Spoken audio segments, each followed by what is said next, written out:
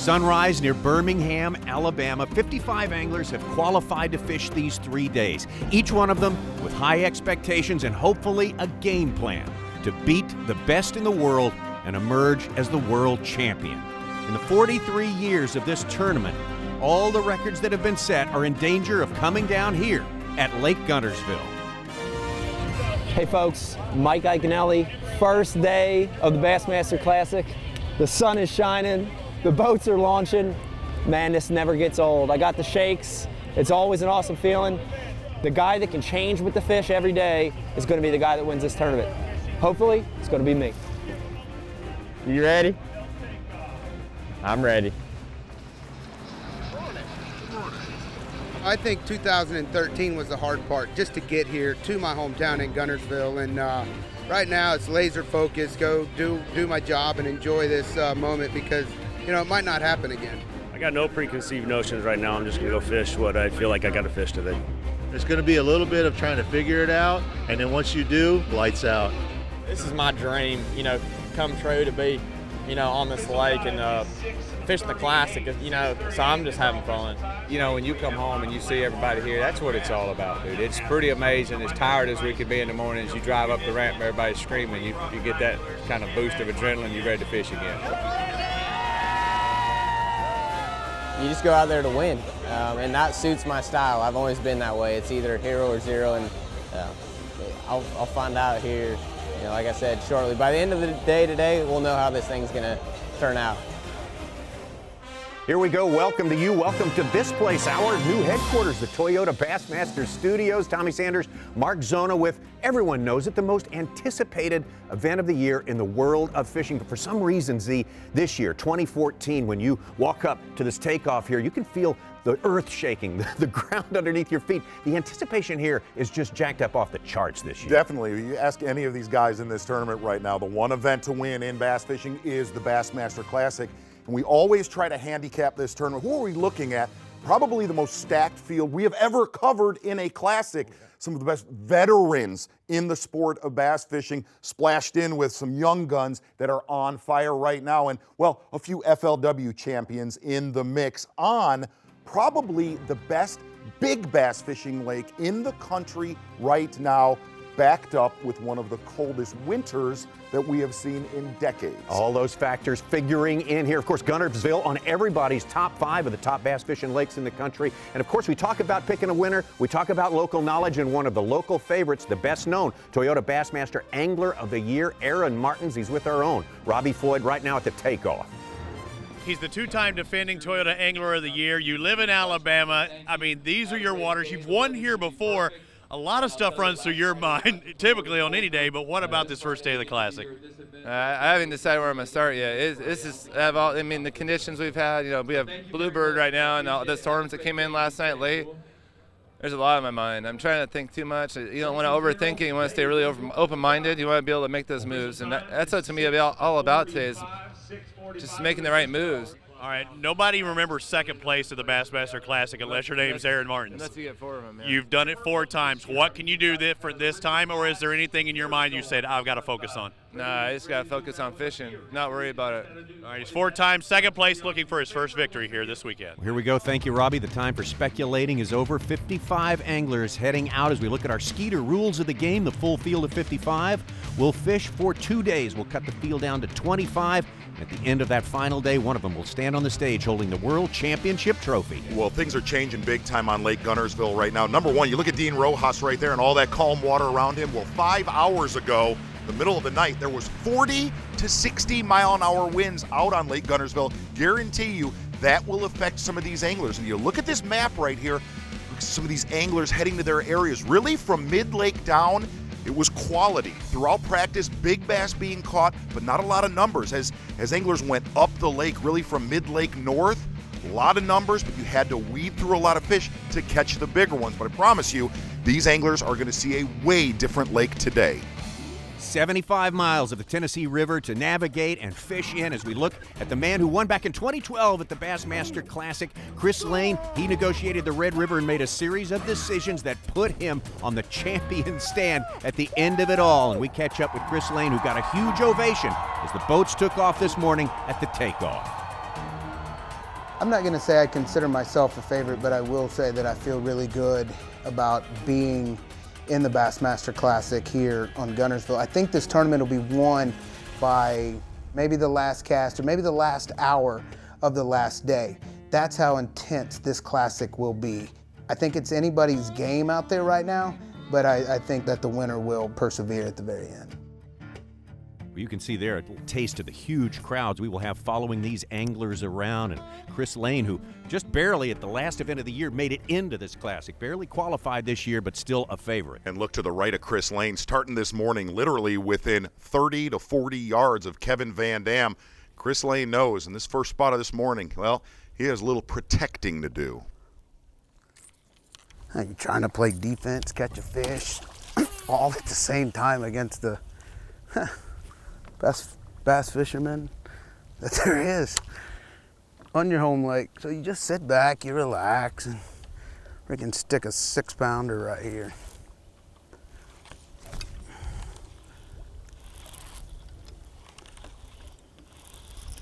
There he is, good one right there, yes.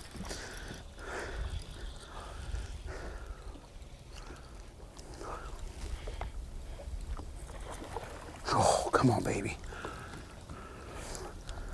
Stay on.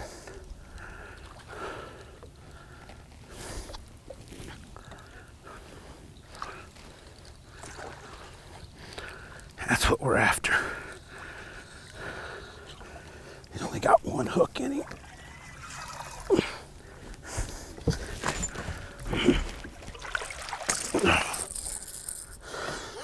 Oh, God dang it, let's get some more of these. Woo!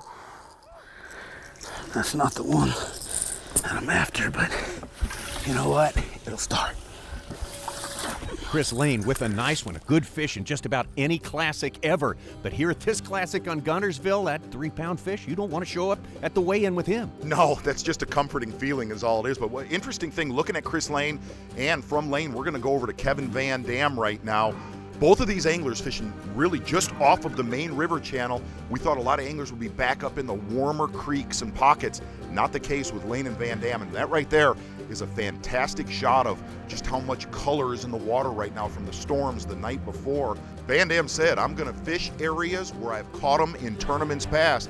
Definitely not a lot of numbers, but the quality lives in this area of the lake. Kevin Van Dam tied with Rick Clunn for most Classic victories ever at 4. He owns 7 Toyota Bassmaster Angler of the Year titles. He's always the guy to look out for. You know, Lake Guntersville is lining up with the conditions right now for probably the best opportunity that I've ever had to win a Classic. By far, I've fished in more Bassmaster tournaments on Lake Guntersville than any other lake. I think the first time I fished here was 1989. It has just always been one of those great fisheries that I'm real comfortable with. Having a lot of history here, like I have, I think is going to be an advantage. I know if the fish go real shallow, the places they go to. And I know if they pull back out, where their stopping points are. I'm not going to wait around for them to come to me. I'm going to go to them. I'm going to keep moving, and sooner or later, I feel like I'm going to run into them. This lake, you can go from hero to zero in one day, and you can go from 0 to hero in 30 minutes.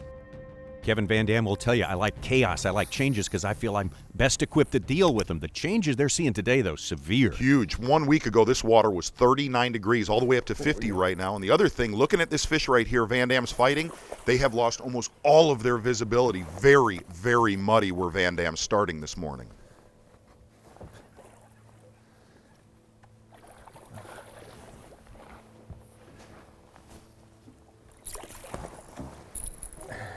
Decent one.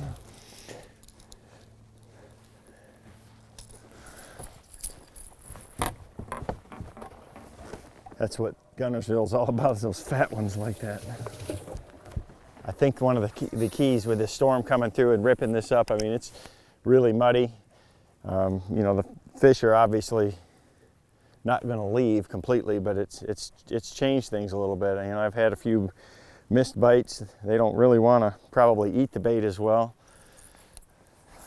I mean, the major front passing through. Sure, they were really fed yesterday, so. Kevin Van Dam dealing with the changes, catching them, as you can see right there. Another thing Kevin Van Dam always has to deal with is that right there, a big gallery of spectator boats. It's something that you have to manage. If you're Kevin Van Dam, you have to manage greater numbers of them. And here on Guntersville, here in the bass fishing center of the world, those crowds are even bigger.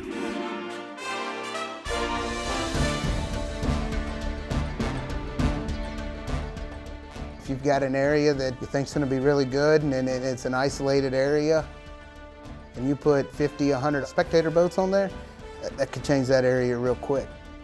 I'm used to the distractions of having the entourage following me and the camera boats and the media and the bloggers.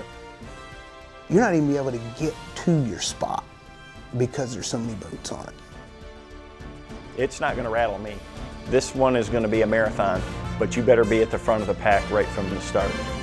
The Geico Bassmaster Classic, presented by Diet Mountain Dew and GoPro, is brought to you by Toyota, Abu Garcia, Evan Williams Bourbon, and by Yamaha.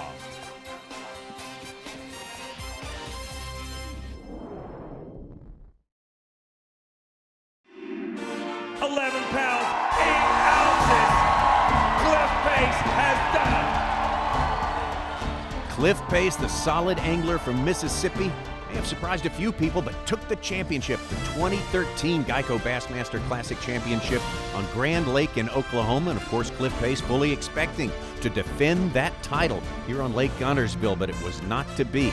Loves his hunting, and in a hunting accident near his home, Hattiesburg, Mississippi, Cliff Pace took a great fall from a tree stand and had a severe break in his leg. Cliff Pace will not be around to defend here in 2014. They basically decided that rather than me having to forfeit my opportunity to compete in this year's Classic due to injury, that they were going to allow me to compete in the upcoming Classic in 2015. Essentially, they just gave me a one-year extension on my Classic qualification. You know, I don't want to sit out for a whole year, but the fact that I'm going to have to sit out for a whole year and they're going to allow me to come back and compete in a Classic, it says a lot about them and the way they perceive things and the appreciation they have for us as anglers. Well, I think that for him, it's probably the most difficult thing he's ever had to endure in his life. It's the thrill of victory and the agony of defeat. I mean, in the greatest of fashion, to have won the title and not being able to defend it. I feel bad for Cliff. I told him, I said, it's not too bad. So that I might get a lot done. I'm like, dude, when this Classic starts, you're gonna be a wreck. Not getting to be there this week is heartbreaking for me, just because that's where I want to be. If there was one place on this earth that I would want to be, it's to blast off at Guntersville when they call my boat number the first day of the event. It's very disheartening and frustrating for me to not be there, but at the same time, being frustrated and showing frustration towards it and being agitated about it is just simply going to make matters worse. So really and truly, the piece you see off of me that's really the only place I know to be. Cliff Pace, obviously very, very disappointed. Who wouldn't be? All the anglers want to fish, the opportunity at least to fish a Classic on Lake Guntersville. But I'll tell you something about our coverage. We are using GoPro technology to the maximum during this week. We're covering the guys we've seen so far today, but we've got cameras with everyone else. If someone has a good run, well, it's not going to escape our scrutiny, and we're looking at Randy Howell doing just that right now. Randy Howell early this morning fishing one of the bridges over one of the creeks of Lake Guntersville. He said all he's going to do is rotate these bridges. So many tournaments won rip-rap bridges. This time of year, a lot of fish funneling into creeks and out of creeks. Randy Howell catching a limit early. Something we're not seeing, though, is those big Lake Guntersville bass over to oh-ho-ho. Here we go. You watch this footage from Randall Tharp, won the most recent FLW Tour Championship and qualified for this Classic via a win at the Bass Pro Shops Open on Ross Barnett Reservoir in Mississippi. Yeah, and guess what else? He also has an open win here on Lake Guntersville. Randall Tharp said, I knew what I was going to do. Now get ready for this. In the first hour of practice a week ago, Randall Tharp, the biggest shot across the bow of this 2014 Bassmaster Classic.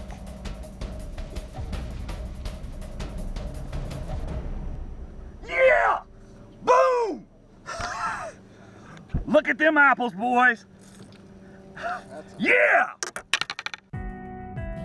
Definitely going to spend some time today watching Brandon Palaniuk. Had a great showing in his very first Classic back in 2010 and 2013 last year. Well, he challenged. He had a chance at the lead in the Bassmaster Classic on the final day. And here he is on Guntersville, and a lot of folks watching him.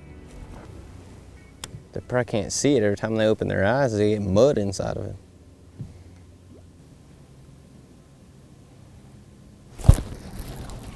Oh. Coming in, coming in. Yeah!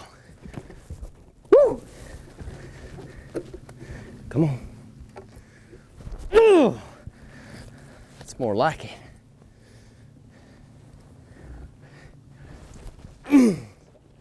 See how pale that fish is? That's a new fish.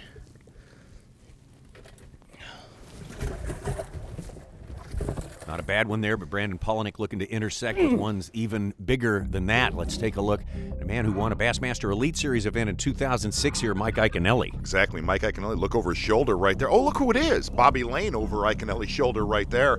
Iaconelli knows, though, anytime he is on Lake Guntersville, feels at home, most of all, feels like he has a chance.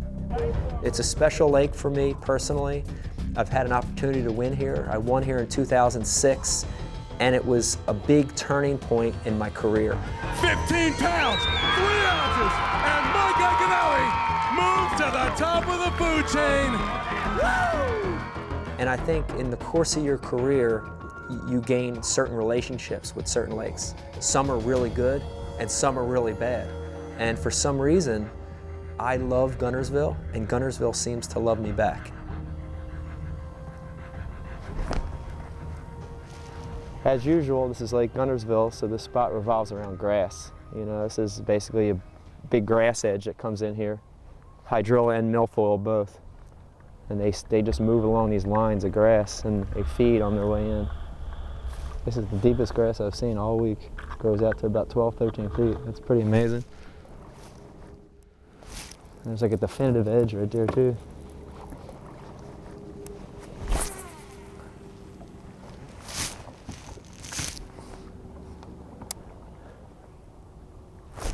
There's a big one.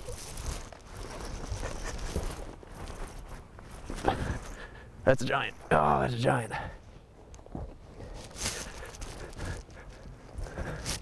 Watch out, watch out, watch out.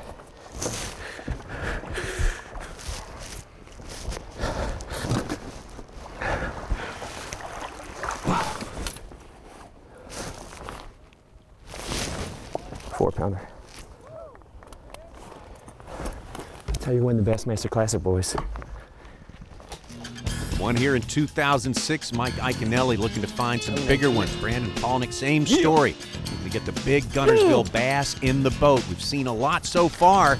Guys making some pretty good runs, but again, they got to find the big ones. Ones like that right there. They're going to challenge for the trophy. Yeah! Boom! How about an unbelievable Auburn story? No, not that one. The unexpected run to the national championship game? No, this one's way more unlikely. Out the swinging man. Boom. Of hundreds of teams from across the nation at the Carhart College Bass National Championship Series in 2012, the 2 finalists left for one spot in the Classic are brothers. Gosh.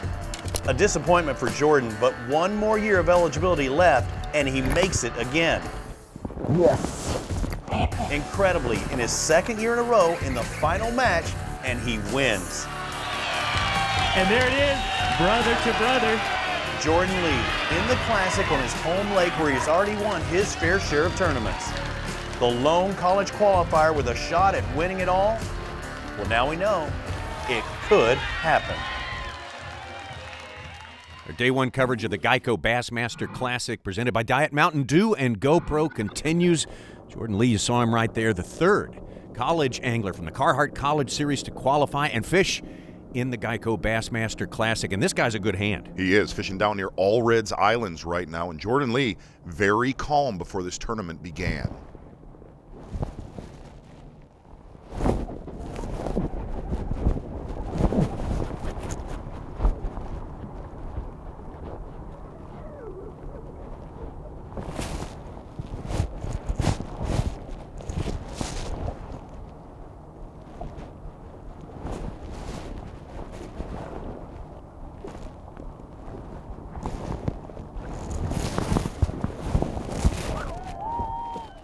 Well, a keeper right there for Jordan Lee. Still not seeing the size fish we heard about in practice. Just around the corner from Lee over to Brandon Polinick, you can see exactly how unstable Guntersville is with that mud line over his shoulder. Brandon Polinick, a young angler as well, who's made a lot of noise so far in his career, some of it in the 3 Bassmaster Classics. He's already fished. Yeah, this is Classic number 4. Qualified for my first one, Louisiana Delta, 2011. Finished 4th as a Federation angler. Fishing toe-to-toe with Mr. Kevin Van Dam. Finished 48th in my second one, the Red River, and 2nd at Grand. So I'm here for redemption this year. You know, I was at a very high point after last year's Classic. Walking away with a 2nd place finish. I was driven, felt confident.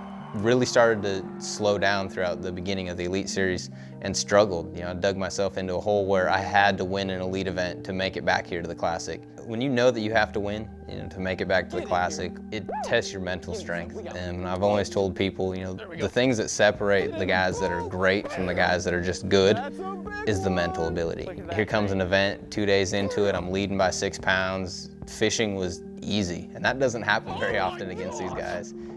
Woo! That's the biggest smallmouth I've ever caught on this river. And made a mental mistake and got DQ'd, disqualified, and you know, there goes a Classic dream.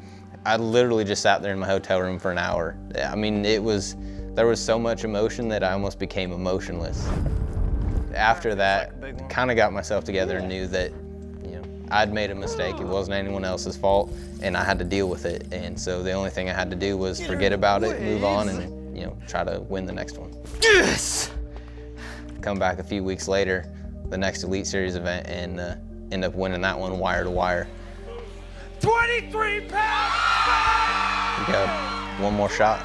You know, we've got 3 days to fulfill a dream, a goal that I've been thinking about since 8 years old. So when you get that opportunity, you have to seize that moment and stay focused. You know, it's 3 days of your life to catch the 5 biggest fish a day that you can possibly catch. That feels like a big one.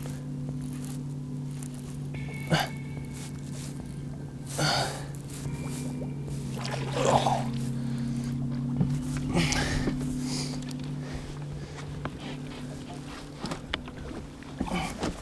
It's not that big. Come on. Yeah!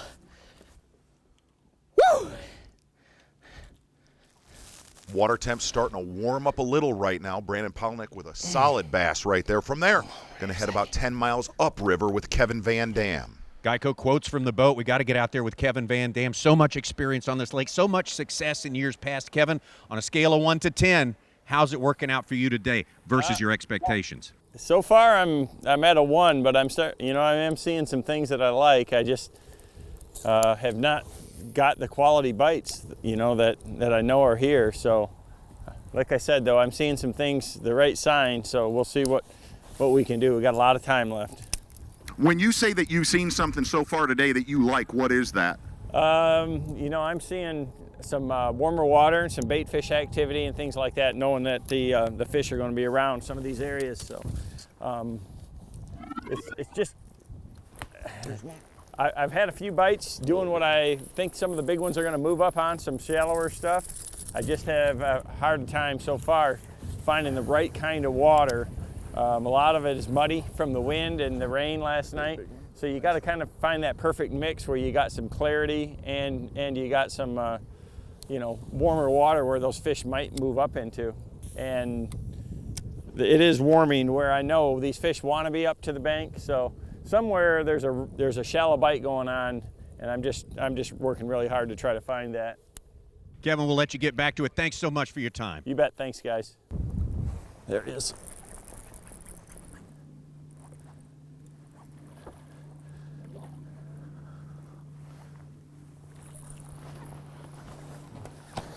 A little better.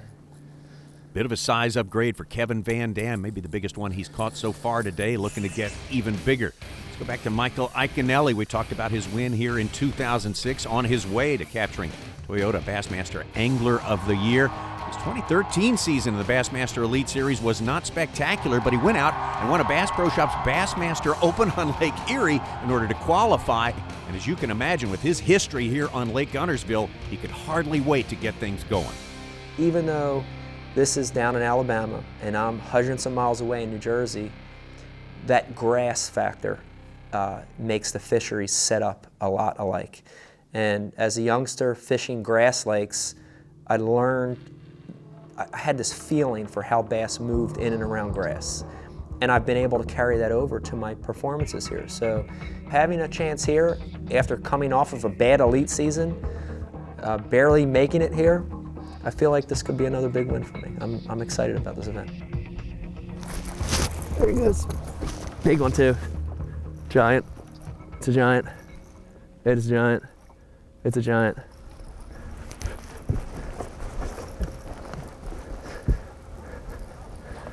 Oh God.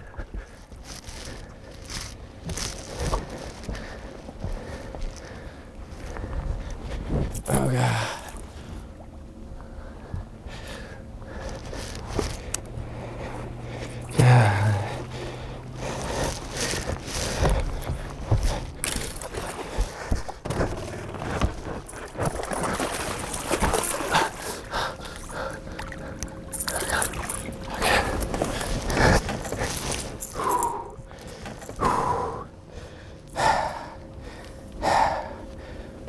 Never give up. Never give up. Guntersville 5-pounder for you, baby. Good one there for Iaconelli, and that's definitely one he's needed at this point. Definitely. We're going to take a look right now at some highlights from earlier today. Take a look at Randall Tharp with an absolute Guntersville stud right here. Randall Tharp with a huge lipless crankbait fish. Randall Tharp, one of the favorites coming in, also one of the favorites. This man here, Edwin Evers, he has been so close to so many big titles so many times. Lipless crankbait fish right there for Edwin Evers, and a theme. Edwin Evers, Randall Tharp fishing around the Goose Pond area. From there, Tommy Sanders, one of the best fish catches of day one. Fred Rumbanis, 0 bass at 10:30. This is the first time he sets the hook all day long. Woo! Look at that, baby! Yeah, Bassmaster Classic! Come on, Come on.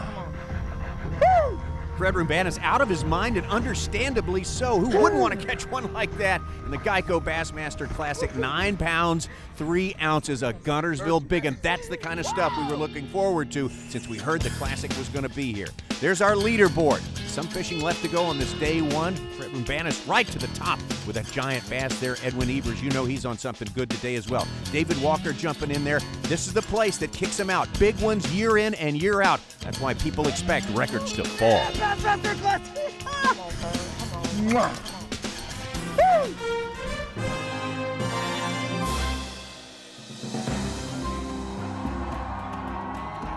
You know, a lot of records could fall this week, and one that I set just a couple of years ago in New Orleans is probably going to get shattered this week.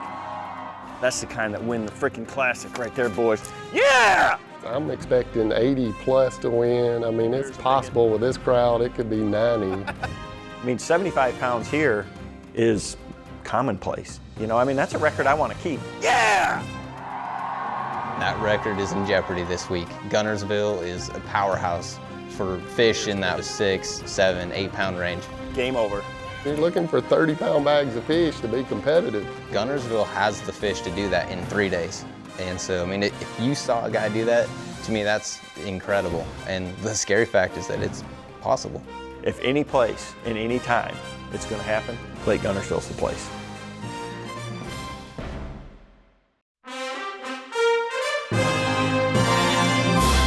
We welcome you, and we welcome you to our new headquarters here, the Toyota Bassmaster Studios, on this auspicious week. Tommy Sanders and Mark Zona and Z.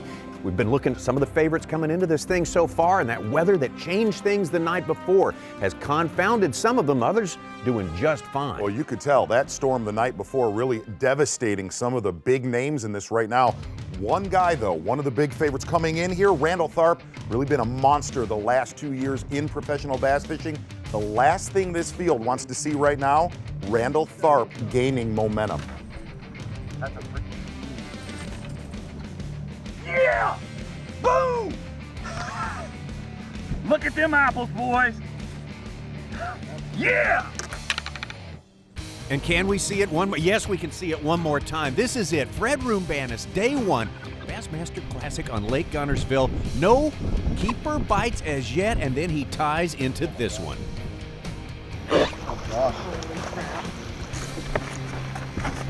Heard you that? Woo! Look at that, baby! Yeah, Bassmaster Classic! Come on, phone. Come on. Come on. Best comment of the Classic so far. The Marshall in the background. Come on, phone. How about that 9 pounds, 3 ounces in the Classic?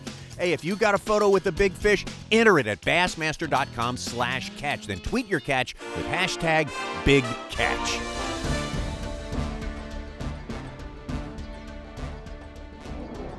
The Geico Bassmaster Classic, presented by Diet Mountain Dew and GoPro, is brought to you by Skeeter Boats, Bass Pro Shops, and by Humminbird.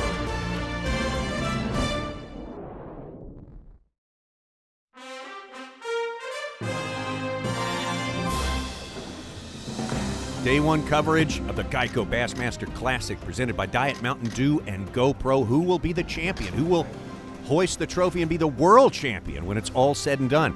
Mark Zona, how would you like to be the champion of fantasy fishing? Well, hang on, It's within your reach. It's available to you and everyone else. Go to Bassmaster.com, Bassmaster.com/fantasy, and get into it. It's not too late to do it. We got the whole elite season ahead of us. Randy Howell right here. He's got a whole elite season ahead of him, but right now he's concentrating on dealing with the conditions, winning this Classic. Nice one. I got a bite underneath the bridge. All right, let's take quickly a look at our Yamaha lay of the lake. How are these anglers laying out on Guntersville? Well, let's take a ride upriver right now, Tommy Sanders. From Goose Pond really up to B.B. Comer Bridge, you look at David Walker, Edwin Evers, Randall Tharp. That's been the most consistent area on Guntersville. From there, you go down south, a lot of inconsistency. You see Fred Rumbanis in Seabold Creek, not a lot of bites, but they're the right ones, and Casey Ashley down in Browns Creek. But you look in Town Creek and see Aaron Martins, he's getting bit, but the big ones, he has not put in the boat. Aaron Martins definitely in the months and weeks leading up to this tournament, he would have to rank as one of the top 4 favorites to win it all. Originally from California, but makes his home right here in central Alabama. And Aaron Martins got here, of course, by winning Toyota Bassmaster Angler of the Year. Didn't have it sacked up until the last event, and here he is putting it away on Erie. 20 pounds, 11 ounces. Aaron Martins in third place. He is your 2015 Toyota Bassmaster Angler of the Year.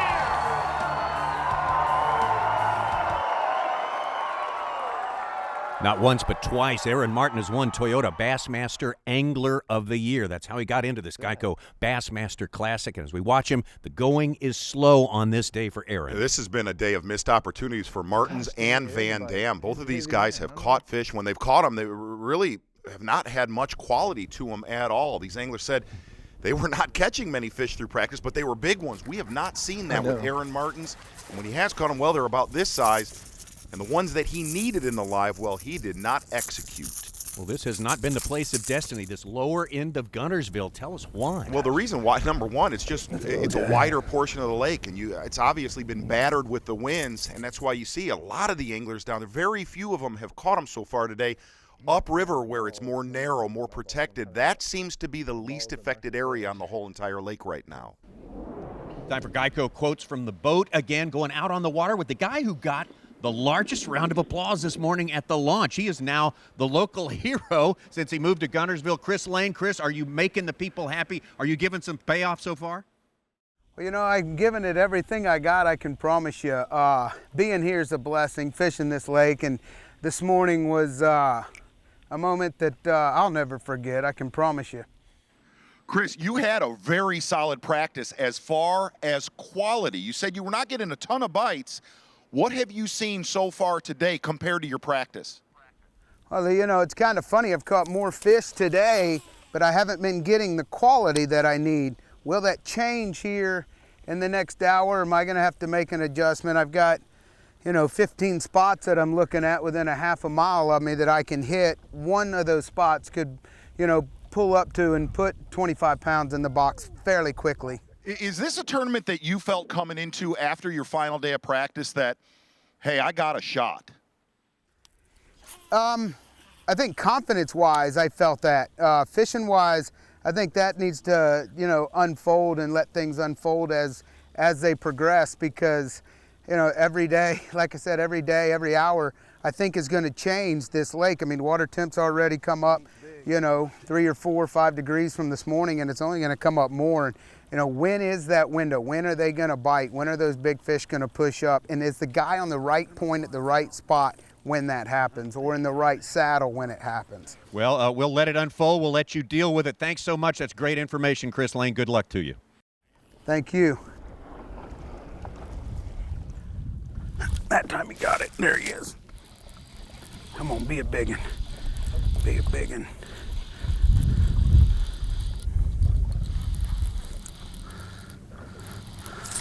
There he is.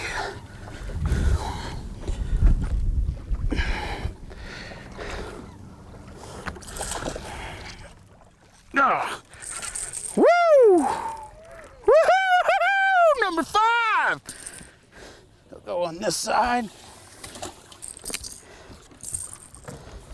Thank you, Lord. Thank you, Lord. 1, 2, 3, 4, 5.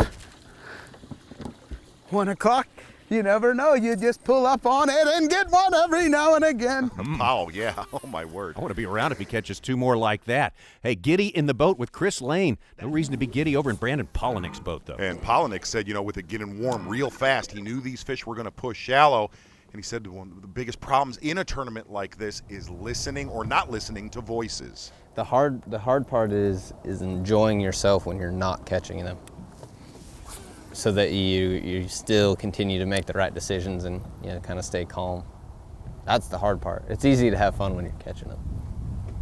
When you're not, that's when the beast comes out. Jeez. That one knocked so much slack in the line. Oh, stay down, stay down, stay down. Coming in. Ah, yeah. Yeah. That is choked right there. Little something to brighten up the day for Brandon Polinick. He needs him that size and more and doesn't have much time left. Exactly, and all these anglers really that are out on the main lake or just off of the main river channel focusing on grass. And with the cold winter we had, guys like Michael Iaconelli said, man, there's just not a lot of grass left. The frigid temperatures killed almost all that grass from 1 to 5 feet of water. Past there, grass was still alive. It didn't affect the deeper grass beds. Michael Iaconelli, though, still looking for a few big bites. Yeah, I feel a little better. We've got an hour left, so I'm trying to make it happen here in the last hour. Figure if I can get 2 more big ones, I got a decent bag. Enough to keep me in there at least. Not, a big bag here is 30 pounds. I'm far from that, but if I can catch in that 20 range today, at least keeps me in the hunt. I'm 2 big fish away from that, so I just got to keep my head down. Fish this last hour, fish hard.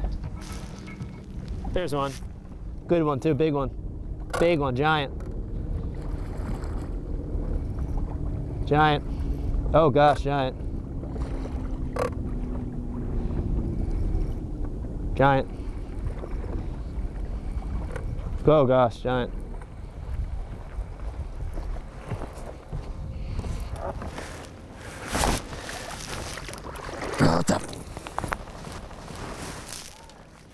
Good one for Iaconelli here in the waning moments of fishing day 1 of the Geico Bassmaster Classic. Iaconelli, who's been languishing somewhat in the middle of the field all day long. Not the story for Edwin Evers. He's been making a series of moves which have turned out to be the right ones. Definitely right. He's one of the anglers that has adapted throughout this day. So many anglers catching him deep, 5 to 15 feet of water throughout practice. Well, Edwin Evers going shallow right around the Goose Pond area. He said the best thing about his day, he was able to follow schools of fish shallow. And Randall Tharp, we watched him at work as well. Another one of these characters who has made the right decision, headed to the right spot and stayed there. And I'll tell you, one of the only anglers out on the main river, just outside of Goose Pond on the main river, Randall Tharp, it seems like almost every time he set the hook on day number 1, it was 4 pounds or bigger. Look at them apples, boys. Yeah! Those are the anglers who are getting well on this first day of the Bassmaster Classic. Dean Rojas has found a good spot, though. Definitely, and I want to talk about the area he's in. Fishing in Seabold Creek, and really a lot of our anglers really that we looked at today. Fred Rambanis, well, he's fishing in Seabold. He's got 5 bites. Rojas getting a lot of bites on a square bill crankbait, and he has been left alone on this bridge right here all day long. Ever since I was 13 years old, my #1 dream was to make the Bassmaster Classic. This is my 12th Classic, and every year it never gets old. Every year coming to this big show is bass fishing at its highest level. It's relentless. This is the Bassmaster Classic. There is nothing for second. I finished second, third, fourth. Done it. All you get is a nice walk off the stage as somebody else is hoisting the trophy. To get to this level and to compete at this level for so long, you know, and seeing that trophy and seeing the anglers that have won it before I, and being so close to it and having the chance to win it, it's everything to me. For my, you know, career and for my, all the hard work.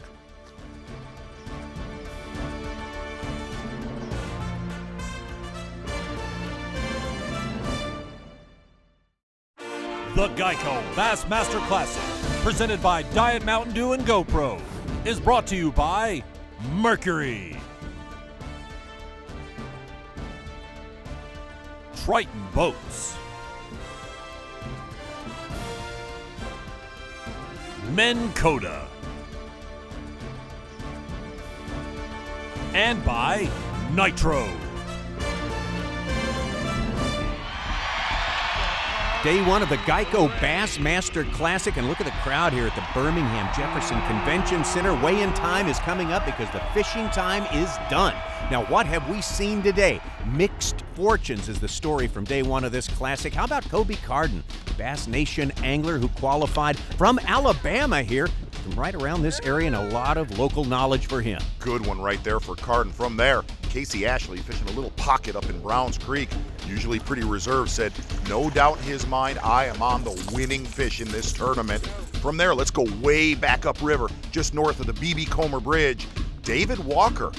Well, he's one of the anglers up north that did get a lot of bites, including that big one right there late in the day. David Walker, one of the guys who was totally jacked up, so happy about his practice and couldn't wait to get things started. That is why. And how about Edwin Evers? We have watched him off and on today, and he's been making the right calls. Definitely, and right outside of the area that Edwin Evers is fishing, well, all eyes have been on Randall Tharp this morning. Big fireworks.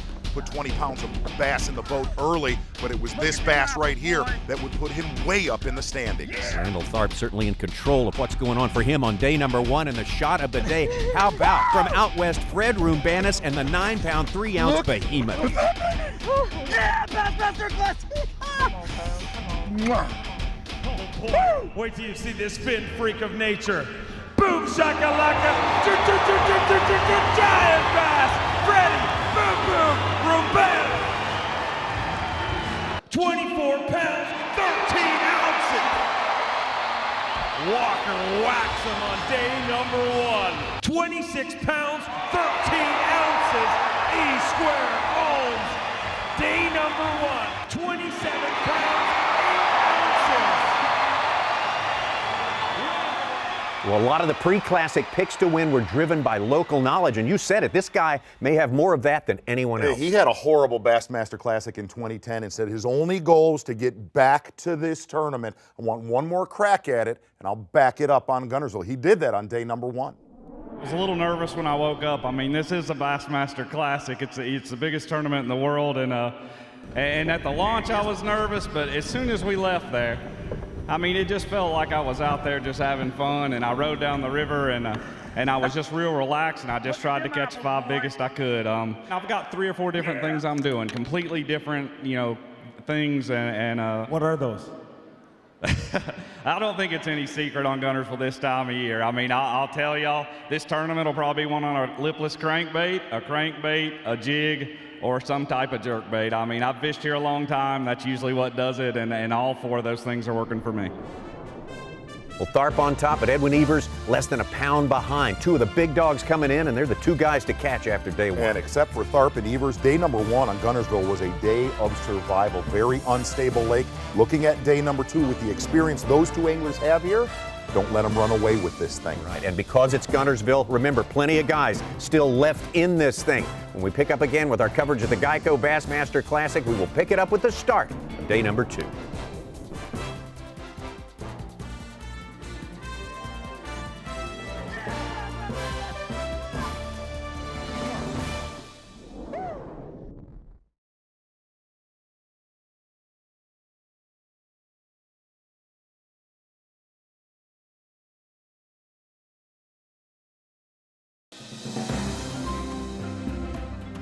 This is the one you're looking for. This is the trophy that means everything to a bass angler. Dawn, Guntersville, Alabama, day 2 of the Bassmaster Classic. If you didn't catch them on day 1, you need to find them and catch them today. If you caught them on day 1, you need to hang on to what you've got, because this is no ordinary prize. This is the #1 prize, the World Championship. Hey guys, look what we got here. Being provided by the 203rd Military Police Battalion. Okay, talk a little bit closer to it. Did we get to touch it? Oh, we touched the trophy. Man, I know it's bad luck to touch it, but just looking at it is motivation right there. Don't even. Don't touch it. Oh, I'll touch it. I'll touch it. I got 2 bananas in my boat, and I'll touch the classic trophy. That's what we do. This is a whole lifetime journey right there is to achieve that. And one day it's going to happen, hopefully this week. 55 anglers have qualified for this World Championship of Bass Fishing. The full field fishes for day 1 and day 2. If you don't make it into the top 25, you won't be around to shoot for the championship on the 3rd and final day. It's a trophy that's on everyone's mind the entire season. All year long, you work to make it to this place where you've got a shot, and it may be one of a few shots you have at winning the top prize in the sport.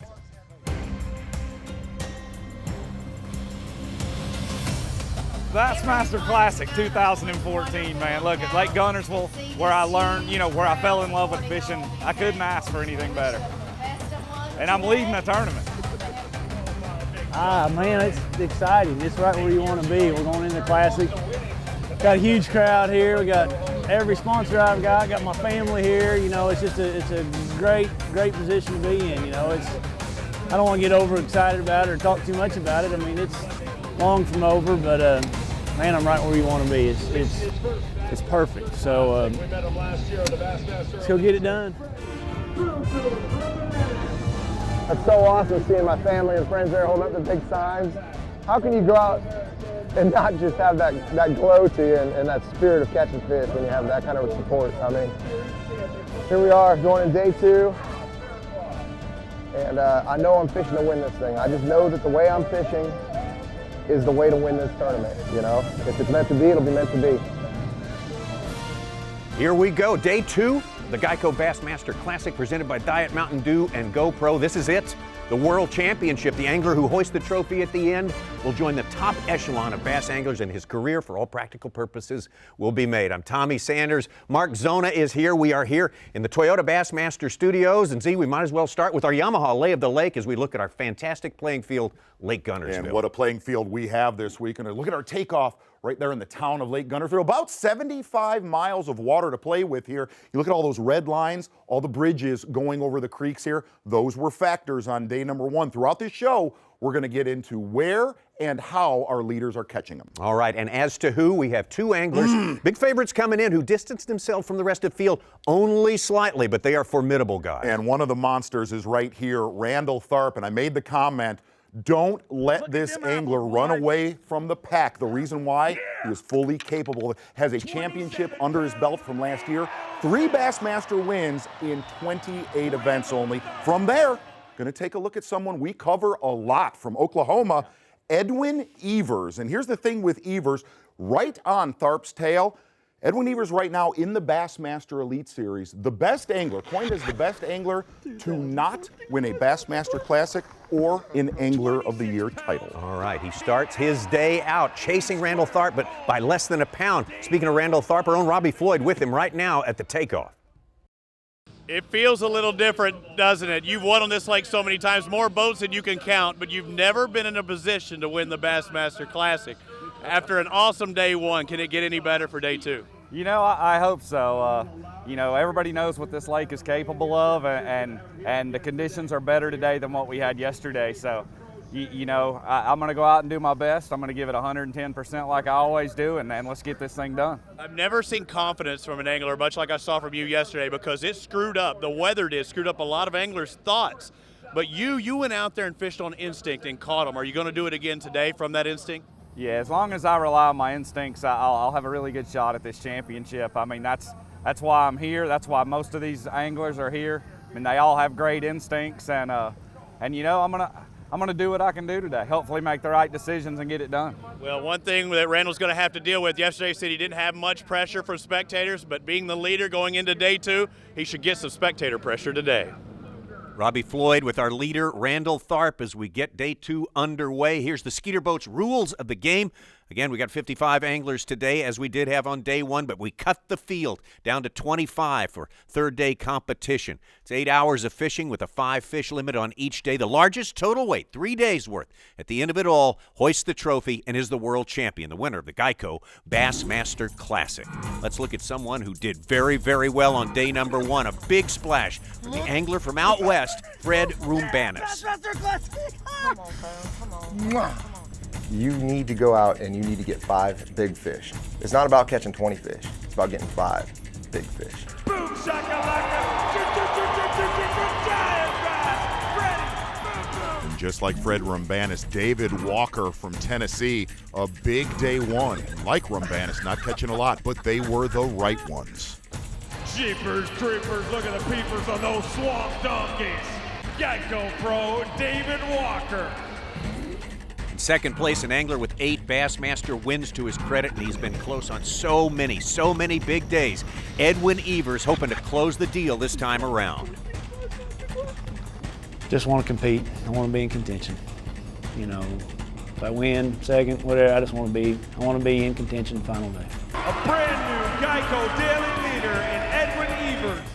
And one of the hottest tournament anglers in the country right now, Randall Tharp from Florida. And Randall Tharp on day number one, well, he's having the Bassmaster Classic of his life. I'm ready to get back out there. If we could start right now, I would. There's no other tournament like this one. I mean, I want to win it more than anything in the world.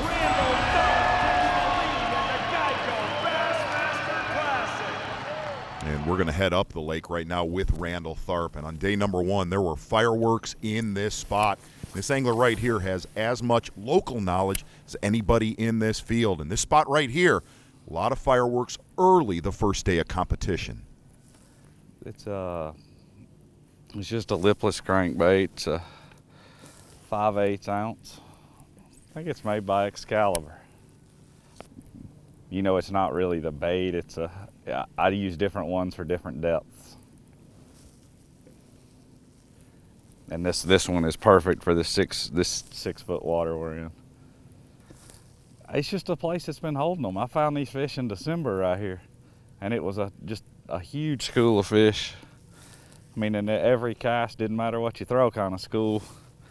And I only made 1 cast on them in practice and caught a good one. And you know, yesterday it was really bad conditions to fish right here, but I ended up catching 3 here.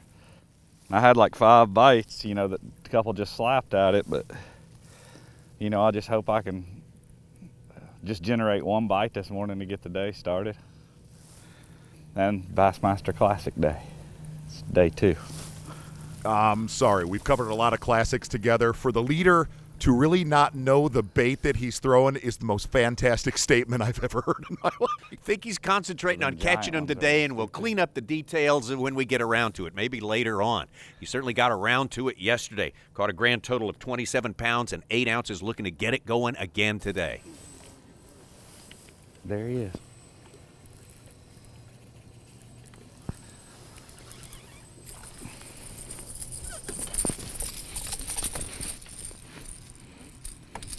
I think it'll get me on the board.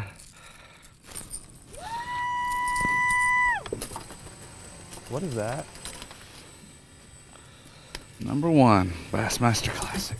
Not a big one, but Randall Tharp extends his lead to 2 pounds and change as we head out to Fred Rumbanis, who talked about his philosophy earlier. Well, Fred Rumbanis is a home run hitter. This is a big fish guy right here. Really day number one. Nothing happened till about 10 o'clock, 10:30 in the morning, and really looking at his day, only getting 5 keeper bites the entire day. Day number one, Fred Rumbanis was playing with fire. You know, yesterday, and I really didn't come in here until about 10:30, and it was kind of a last resort deal. And first fish was at the giant. I mean, it absolutely clobbered it. So I'm kind of hoping there's going to be a morning bite here. I think once all this boat traffic kind of settles down. Right now, the fish don't know what's going on. Neither do I, but I do know they live here, and kind of got dialed in pretty quick. Made it happen. Like he said, he's not interested in having fun catching a big load of fish. He just wants 5 big ones, and he got it off to a good start on day number 1 when he locked in the Carhartt Big Bass of the tournament, 9 pounds, 3 ounces. Yeah, Bassmaster Classic! Come on, man, come on. Woo! Boom shakalaka! Giant bass! Freddie! Boom boom! Rumbanis! I know that when you fish this tournament, you're fishing for broke. I know that's probably a well played out phrase in the Classic, but it's the truth. You need to go out and you need to get 5 big fish. It's not about catching 20 fish. It's about getting 5 big fish. Some bait flickering up here too.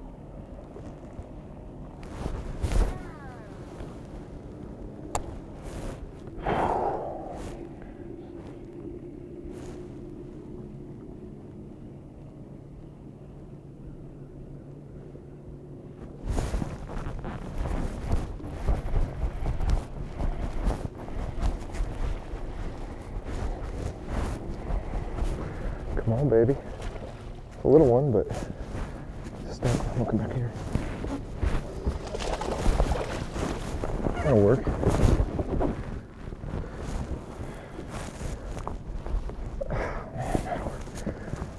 Number 1.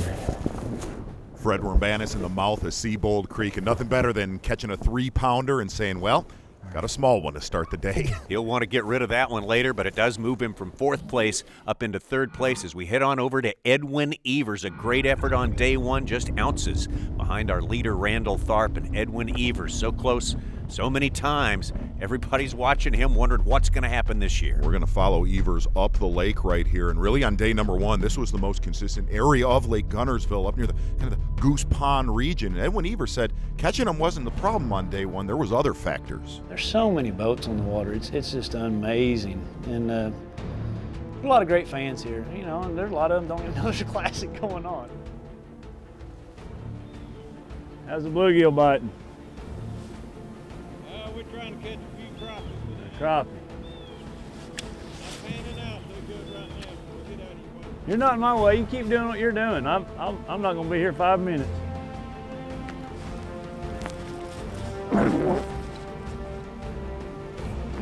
Oh, come here. That's a good one. Oh,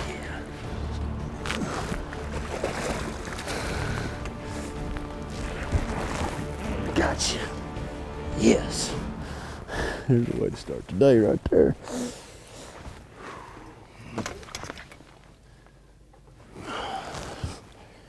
Four-pounder. Edwin Evers, and about the best starter fish we've seen among the group this morning, but it is very, very early on this day 2 of the Geico Bassmaster Classic. The majority of the anglers fishing here qualified through the Bassmaster Elite Series, where they fish a lot of tournaments for a lot of money, which they take very seriously. They take it up to a whole new level here. This is going to be a home run derby. This is going to be go out there and get 5 big ones. Giant bass! I think this tournament will be won at the very last second, or maybe the last cast, or maybe the last hour of the last day. That's how intense this Classic will be. If I win, second, whatever, I want to be in contention the final day. Gotcha. Yes. You're trying to win, man. You can't go out there and worry about what everybody else is doing. If you let people get in your head, you're done. You can't worry about it. This is the Classic. You got to take a chance in the Classic. I mean, this is for all the marbles. It's the big game. Gotcha. Gosh. One Bassmasters Classic. I would trade all those victories for one of those, and that's how much this tournament means to me. There's no other tournament like this one. I mean, I want to win it more than anything in the world. Being in Birmingham here at home, it would be awesome to hold that trophy up. The Geico Bassmaster Classic, presented by Diet Mountain Dew and GoPro, is brought to you by Triton Boats, Minn Kota, Mercury, and by Humminbird.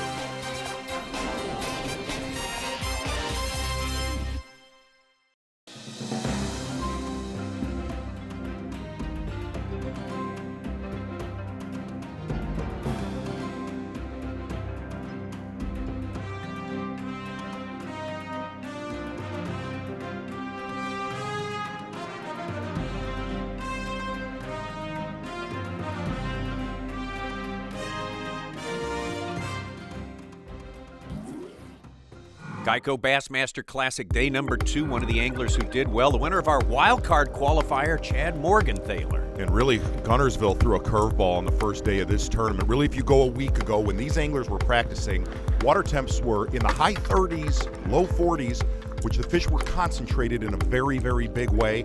And there was only a couple different techniques that would catch them. Well, fast forward to yesterday and early this morning, looking at Morgenthaler right there.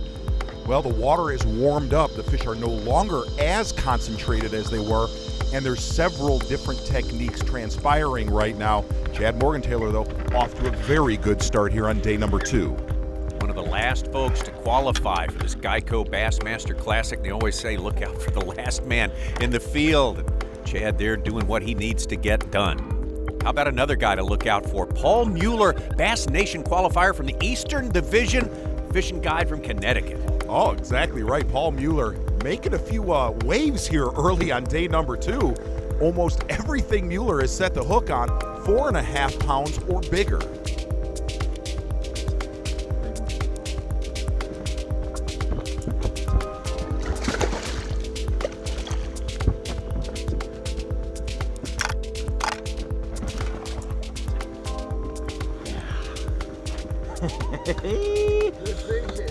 That's how we start the morning right there. Yeah.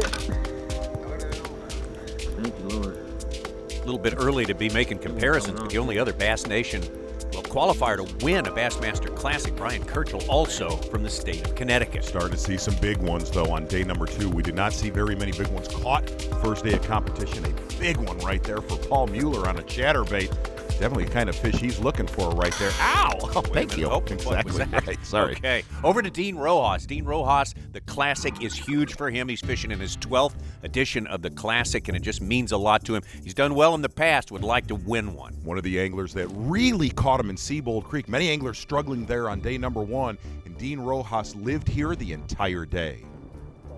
The Classic, yeah, that's the one thing that I've always wanted to achieve, you know, and it's so hard to win. You've got the best guys, you know, gunning for it, and you got to win. You got to go in to win, you know. So that's the whole thing. Is it's not fishing for points. It changes a total different strategy.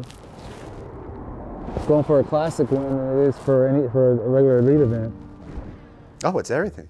It's all I've ever wanted to do. I mean, for me growing up, to make a Bassmasters Classic was a childhood dream. To get to this level and to compete at this level for so long, you know, and seeing that trophy and seeing the anglers that have won it before I have. It's everything to me. For my, you know, career and for my, all the hard work. Geico Bassmaster Classic is the Super Bowl of bass fishing, and Dean Rojas over here on the left. These two guys from Knoxville, they get the 50-yard line seats. What brings you here, or is it just the great seating? It's just a chance to watch these guys in person down here, the greatest bass fishing lake in the world, Lake Guntersville, and sit here and watch Dean Rojas in person crank some riprap, man. It's just, it's something you don't get to do every day. Now, you're wanting to be a professional angler. What is it that you maybe have learned from Dean watching him yesterday? Okay, it's just all about just watching and learning, of course, learning from the best in the world, and it's a front row seat to that. You get to watch Dean Rojas, so you learn to keep your confidence going and keep on trying. Great opportunity to watch. There's about 15, 20 boats out on the water trying to keep their space, but here on the bank, another 20 or 30 guys watching as well, and Dean hasn't even made it into the protected area yet. There's one. Little keeper right there for Dean Rojas. You can see a lot of color in the water where he's fishing. And Rojas said, I really feel I found a winning school of bass. And he said he's going to play protection like Van Dam did years ago on Lake. Stay in that area all day. And from Rojas, we're going to go way up the river, take a first look at David Walker just north of the B.B. Comer Bridge. David Walker salvaged his first day of competition with some big ones late in our competition day. David Walker getting his first area. He noticed, well, things have changed, and they've changed in a bad way. Yeah, this was not only just a spot, but this whole area is really what I was banking on for today. Visibility is about 6 inches now. Confidence is really shot when you fish that live in that grass. Just are not fans of that mud, especially when I just did this overnight. It'd be different if it was clearing or been here a while, but this is exceptionally dirty, and I'm really hoping for the best on this.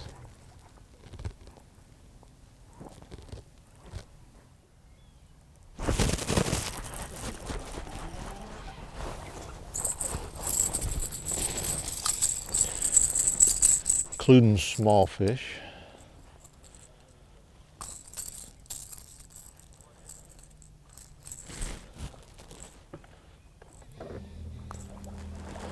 I think you'll keep.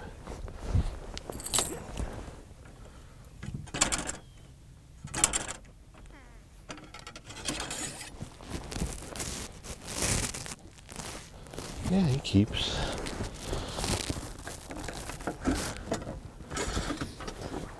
As they say, that's not what you want, Hammer.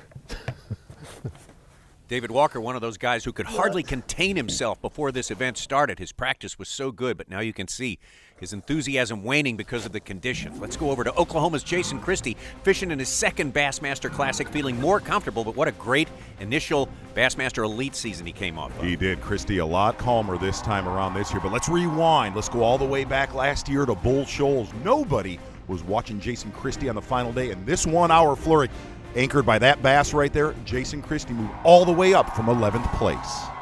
10 pounds, 13 ounces. Jason Christie makes history with the greatest rally in Bassmaster Elite Series history. I can't tell you what's been different over the last, actually 2 or 3 years. I've won a lot of stuff the last 2 or 3 years, and I can't tell you that I've changed anything. I think the biggest thing is I have more confidence in myself. I have more confidence that it's not about practice, it's about making changes while you're out there fishing in the tournament, and then just try to fish on instincts. And I think if there's anything that's different, it's that. But, to win all that stuff, I would trade that for one classic, one Bassmasters Classic. I would trade all those victories for one of those, and that's how much this tournament means to me.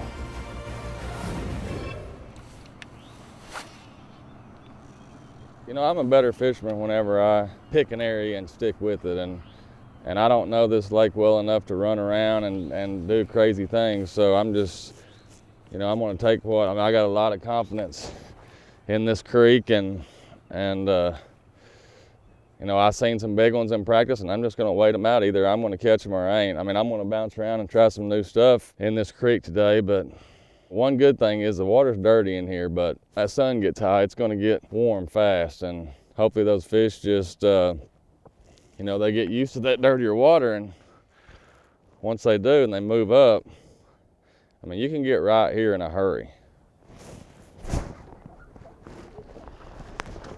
Yeah. Not a big one, but the fat one. That's what you want this time of year, is fat and white. That means she just come in off the river.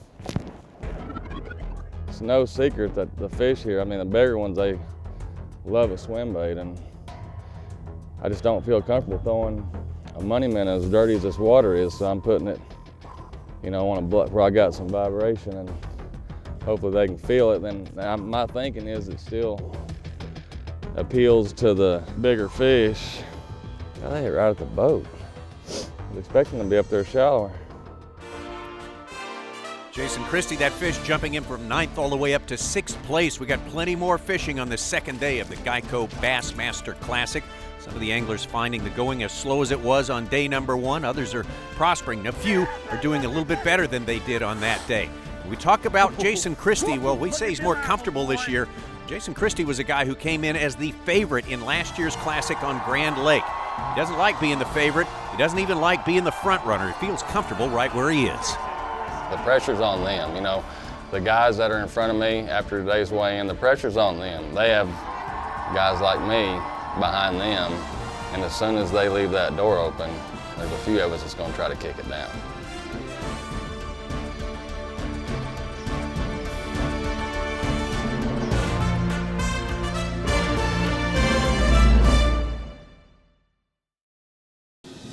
Second of 3 big days of competition in the World Championship of Fishing, the Geico Bassmaster Classic, presented by Diet Mountain Dew and GoPro. We're on a legendary place, Lake Guntersville in Alabama.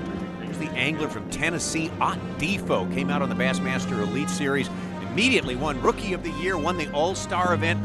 He's one of the favorites here. Absolutely is. One of the best shallow crankbait fishermen in the country. Yeah. This one sets up right in Ott DeFoe's wheelhouse, and he has been rotating all of these ripraps, all of these bridges across Lake Guntersville. Here's the one interesting thing. You look at it, as muddy as his water is, he said that actually has helped him throughout this event. Ott DeFoe, a good day one, 20 pounds plus, looking to upgrade, and he did right there. Back again to Chad Morton-Taylor. We mentioned he's one of the late qualifiers for this Bassmaster Classic. Came in through the wild card event down on Lake Okeechobee, a special event with 1 qualifier. And you could see as low as that sun is, that's the scary thing about Lake Guntersville, is guys getting on a pot of them from there down to Honeycomb Creek with Jonathan Van Dam, one of the only anglers that has excelled in, well, not only excelled in there, he's one of the only anglers fishing in Honeycomb Creek, the solid bass right here. JVD, 20 pounds and 11 ounces on day number 1, and off to a good start here in the early going on day number 2, looking to make that cut first and foremost. And now over to Casey Ashley. Casey with 3 wins with the Bassmasters, 2 of them the Bassmaster Elite Series, and he's also a guy who's very excited to get here. Yes, he is. And probably as much confidence as we've seen in a long time. Here's a little bit news, notes, and nuggets for you, Tommy Sanders. Yep. The pocket he's fishing in was frozen 7 days before this tournament. I mean, this area's got a lot of fish in it. I think they're coming here. You know, it's not like they're here and they've been here. They're coming. I mean, they want to be here. It's time for them to do their deal. And you know, we're right here on the main lake. This is probably one of the best creeks on the lake. A lot of tournaments won out of here. So there's a lot of big fish in this creek. And hopefully they're just gonna pile in here and continue to do that. So it's just isolated grass in here on these flats. That's what I'm keying on. All this grass that I'm fishing is new grass. So it's only, you know, 6-8 inches off the bottom. I'm just winding this trap pretty slow, letting it dig in it when I snap it out, most times when they bite it. The fish are so shallow, I mean, I'm only sitting in 4 feet for most part of the day. Most of the fish I'm catching are in, you know, 2 to 3 feet, so I've tried other baits. You can't hardly fish anything else.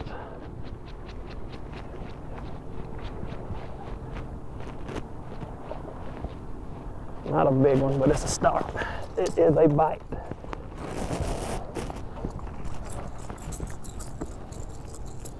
I think she wanted that trap. Look at her. That's the way the big ones are supposed to eat it.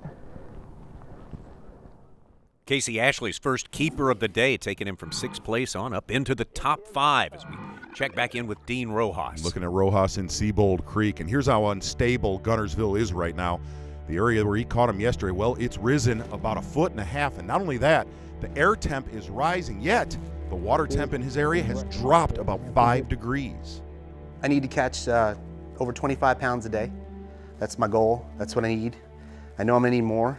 When I catch the 25, I'm gonna try and catch 30. I catch 30, I'm gonna try and catch 35. You can't stop. It's relentless. This is the Bassmaster Classic. There is nothing for second. I finished second, third, fourth. Done it. All you get is a nice walk off the stage as somebody else is hoisting the trophy. Don't want to be that guy anymore. I want to be number one.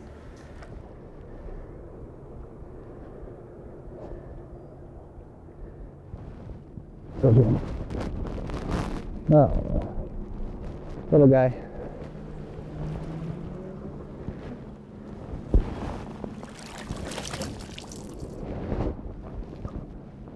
Rojas said after the day one weigh-in, his biggest scare in this tournament right now, he feels the winning fish are coming to him and already in that little pocket behind that bridge. He said his biggest scare was leaving that area where locals would come in and fish after he left.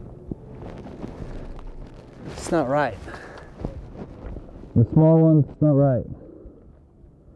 Either the big ones have moved, or it's not biting.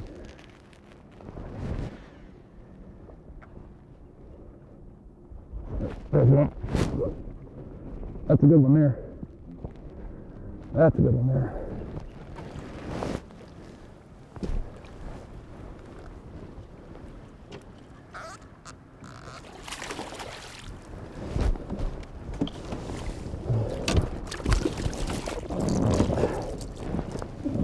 Right.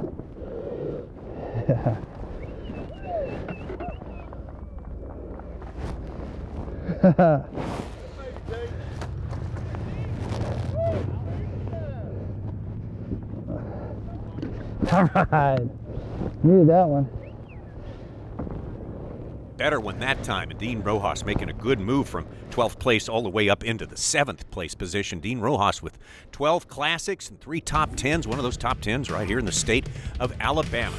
Now we get to Edwin Evers. What a fantastic day one he had today to start things off. Well, he jumped into the first place spot ahead of Randall Tharp. So Edwin Evers got things going like he wants it. Nothing spectacular so far this morning, but it's still early yet.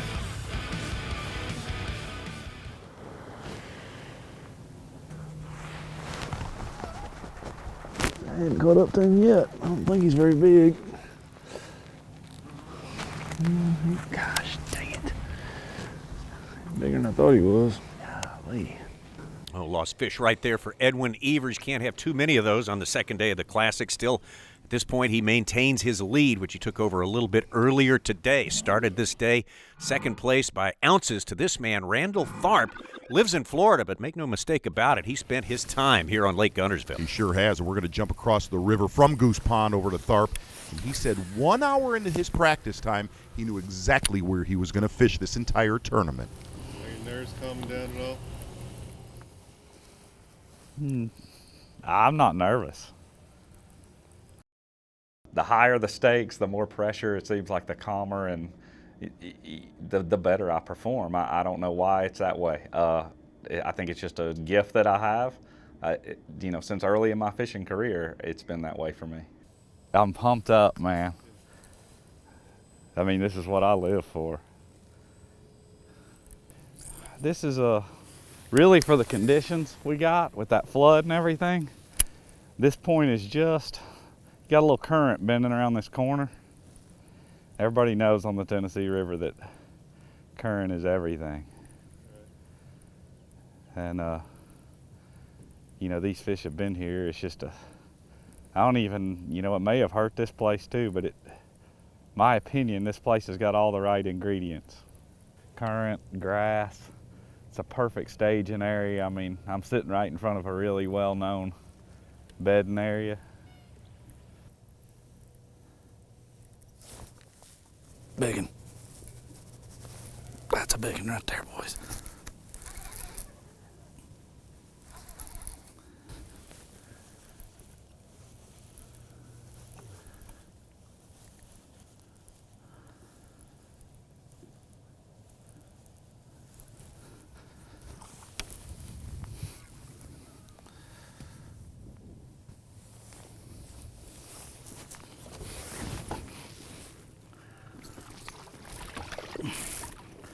dang, that thing's going crazy.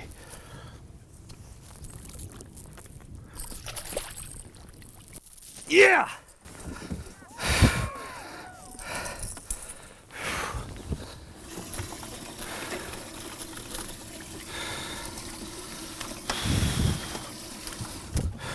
Lake Guntersville, let's rock this place today.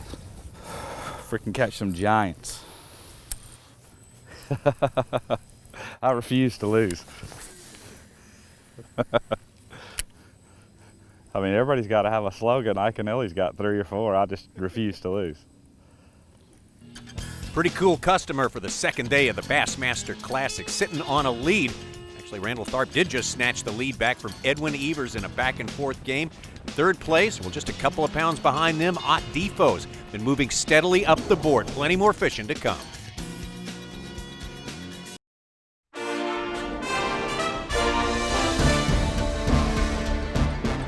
Coverage continues. The Geico Bassmaster Classic presented by Diet Mountain Dew and GoPro. Here in the Toyota Bassmaster Studios, Tommy Sanders and Mark Zona here, watching these guys grind it through day number 2. The full field of 55 fishing today, but only 25 will make it to the final day, the championship day, and you grind a little bit harder in this tournament than any other because it is the top prize in the sport. And as we said coming in here, this is Lake Guntersville. The expectations are great, but given that, you said it's not going to be a feast for everyone. Some guys will endure famine during their days. Well, if you know Lake Guntersville or you've been here, this is the beauty of it. You get footage like this. Here's the negative. If you're not one of these guys right now, you're hearing voices. The reason why, what separates Guntersville from the rest of the country, somewhere on the lake, they're biting, and you are getting clocked in the face. Trust me. Gets in here. And this guy so far, Randall Tharp, is the one doing it. Somewhere on Guntersville, they're always biting, and the potential of a big bag, it's constantly there. And Randall Tharp so far in this tournament, unbelievable morning area where he's put a lot of fish in the boat. Here's an aerial. He is in the mouth of a pocket up near Goose Pond, but his boat's really close to the main lake. Exact spot that Kelly Jordan won back in 2002. And it's got a combination of things that is making it fantastic. Number one, here's the bait he's using, an Excalibur XR50. The color is Royal Shad. And this is a bait this time of year that you're burning when the water starts to warm up. Yeah. That is not the case. He's kind of pulling it and stopping. It's a very slow presentation, almost slow rolling a lipless crankbait. Wow. But the factors in this area are eelgrass. The cold winter really devastated the milfoil and hydrilla throughout this region of the lake. And he's throwing that bait up current on the tip of that grass. It makes a pyramid, and on the point of that grass, that upcurrent point, he's just sagging it right through that grass, letting it hang up, and when it breaks loose, that's when the bigger ones have got it. Well, obviously, Randall Tharp has found the optimum place to practice that technique and practicing it to perfection, because Randall Tharp has, at least back and forth, had the lead all through this day number 2. He started the day with the lead as well. Hey, talk about the lead. You want to take over the lead? You want to be a part of it all from home? You can do it. Bassmaster.com/fantasy. Even if you missed getting in on the Classic, the Bassmaster Elite season starts in a matter of weeks. You can get in, play, change your lineups, go along with the pros. Maybe you'll wind up the winner.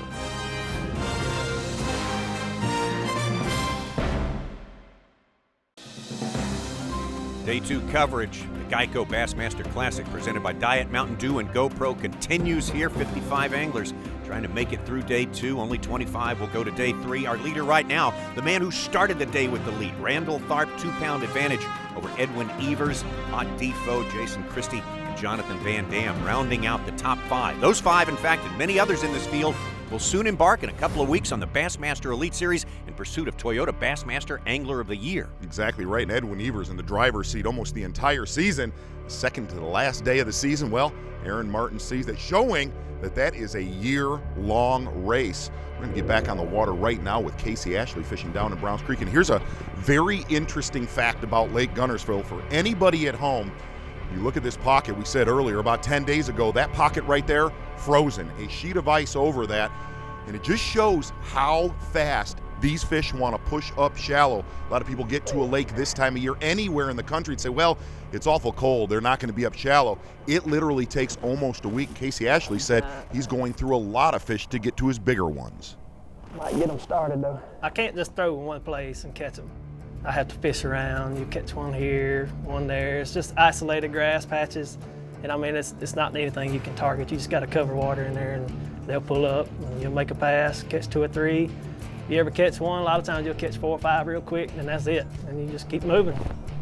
That's a good one right there. Got one hook in him.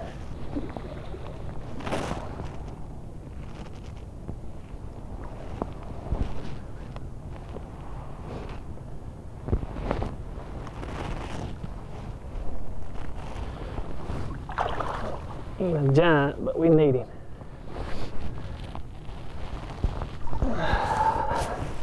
Free pounder anyway. Casey Ashley and those 2 fish bumping from 7th place all the way up into the top 5. Casey Ashley very anxious to win this Classic so he can qualify for next year's Classic, basically on his home lake. Kobe Carden, another one of these anglers who's qualified through the Bass Nation program, just like Paul Mueller, who's been making some big noise today, and Kobe Carden with a big day 1, hoping he can keep it going today. Oh boy, Kobe Carden getting it started off right. It's the best thing that's by far in my career as a fisherman that's ever happened to me. Just to see the crowd and, you know, to hold up a 7-10, oh my goodness, I couldn't, they're just unbelievable. Sometimes I think Federation guys that qualified the way I qualified through being a weekend angler, they get here and they're just totally starstruck. And I'm not gonna say that I wasn't starstruck, but at the same time, this morning when I planed off, headed out of that cove, it was all business. Oh, slapped at it. Maybe this one got it better though.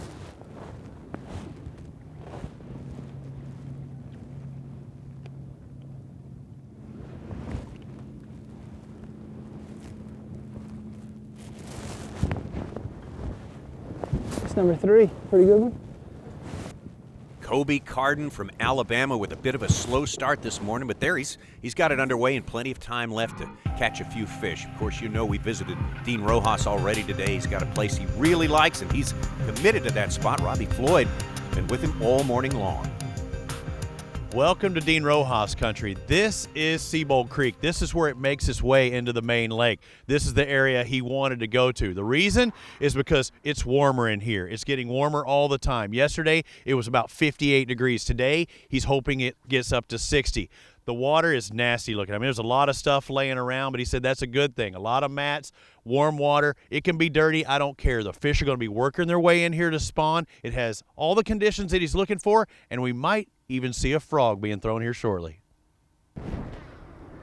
There's a lot more water in here than there was yesterday, and it's got a little more color to it. But what it does though, it opens up like back there and over here. In practice, I went way back there and I had 4 bites way back there in the back. And that's when the water was a lot lower. So you know they're still back there. There's one. Big one, big one, big one. Big one. That's right. Big fish.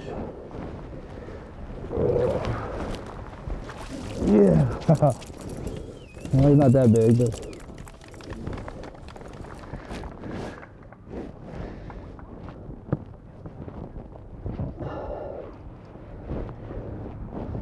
Number 4. Oh, I thought that was a big one at first. That's okay, I'll take one. Let's get started. Moving right along. Yeah. Yeah.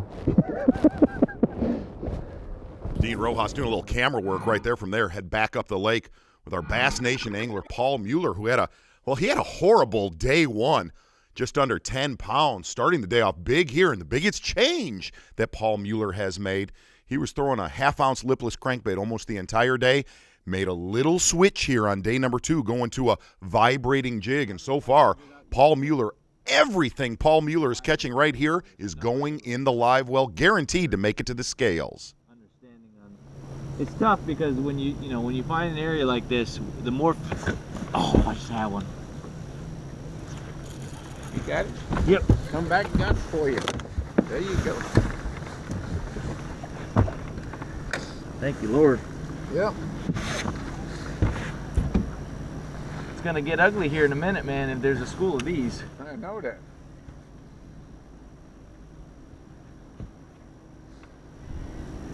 You come back and get it. Thank you, Lord.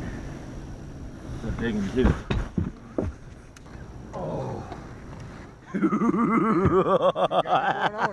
Paul Mueller from Connecticut, the Bass Nation qualifier, obviously feeling it on this morning, day 2 of the Geico Bassmaster Classic. Going to go from Paul Mueller right now to the Oklahoma angler. You talk about momentum in the fishing world. Here's a guy who's got 2 big tournament wins in the past year. Hard to believe he didn't fish his first Classic until last year. And he said last year on Grand Lake, that tournament actually got to him. He said where he messed up in that tournament was going back to his past, not fishing the conditions. Jason Christie said after day number 1, way more comfortable being the hunter in this event. Day 1, Bassmaster Classic, first 5 minutes. It's on, baby. You know, once I made the Classic on Grand, it was like they put the house on my shoulders, you know. I mean, the only way I would have come out of the Classic at Grand in good shape is if I'd have won. Second on down, you know, that's not good. And against the best fishermen in the world, you know, people I don't understand, it's fish. I mean, they move around and sometimes it's just not your week. And the thing about last year is I learned a lot. You know, I learned when the spectator boats are around you, the pressure of them and how to kind of, you can't control them, but how to, you know, just kind of keep them pushed away from you, and that's helped a lot today.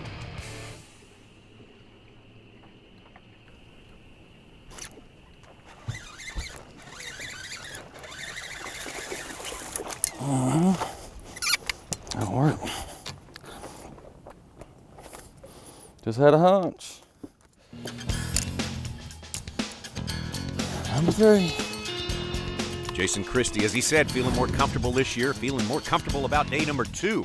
Moves him into a tie for 3rd place with Casey Ashley. Still got Randall Tharp on top, Evers, DeFoe, Rojas all playing the top of the leaderboard. Big one starting to show up. Better stick around.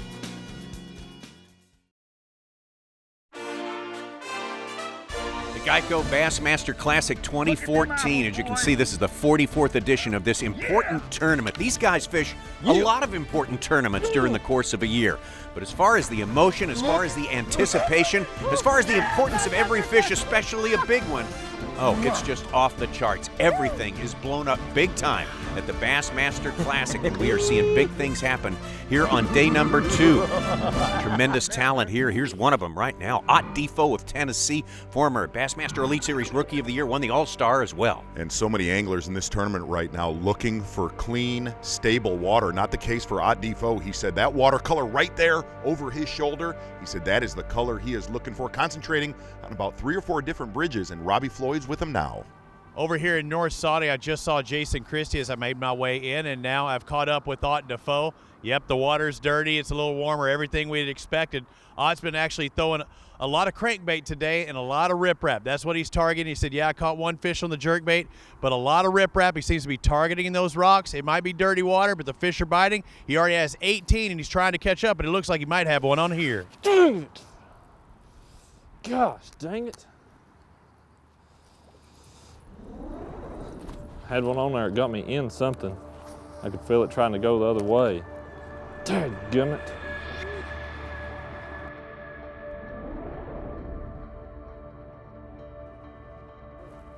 This is the bait that's been my big fish yesterday, and my best fish today have came on this bait.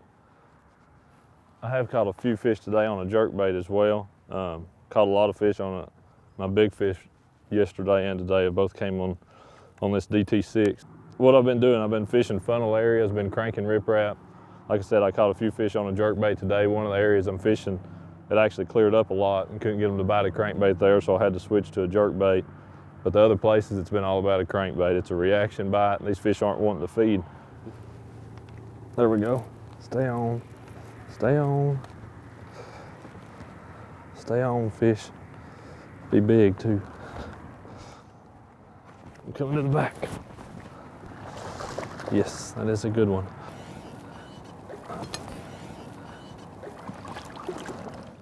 That is a good one, yes! Thank you, Lord. I knew one of them things was sitting there. I knew it. Good fish right there. And Ott DeFoe talking about his Rapala DT crankbait. That bait getting a big workout with guys in our top 20. Ott DeFoe starting in 11th place, moving all the way up to 3rd so far today, so a big day for him. A lot of people hoping for a big day for this young man, our Carhartt College Bass Series qualifier, Jordan Lee, who knows Guntersville. He's had great success on Guntersville and a poor day one, 40th place. And Jordan Lee looking to sort of shake off everything that happened on day one and get it going Hey, today. it's just been a good year for Auburn Tigers, if you know what I mean, Tommy Exactly Sanders. so, We're going to exactly jump out to Edwin Evers, and Edwin Evers coming out of the gates firing this morning with a solid fish right off the bat, but it has been slow going. The one thing you could see, though, Edwin Evers looking for that cleaner, stable water here on Guntersville, but since early this morning, things have been slow going.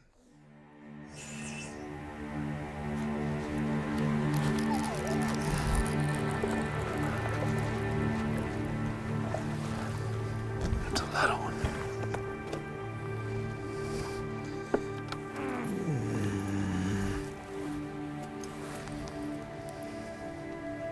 Not the one he's looking for, but enough to push Edwin Evers back on top of Randall Tharp. Those two back and forth for the first place position all through this day number 2 as we head over to Brandon Polinick, having a little bit of trouble on day number 1 down to 24th place, looking to do better. And I'll tell you, Lake Guntersville is definitely throwing out its curveballs right now. So many of these anglers were catching fish in the 5 to 15 feet of water range throughout practice.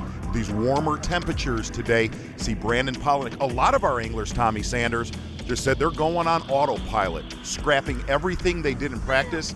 Seeing a lot of anglers getting up very shallow and catching good ones too. Brandon Polinick, definitely the prodigy from Idaho. His first Bassmaster Classic went toe-to-toe with Kevin Van Dam, finished top 5. Back up to North Saudi Creek with Jason Christie, one of those anglers that said he's going to put his trolling motor down.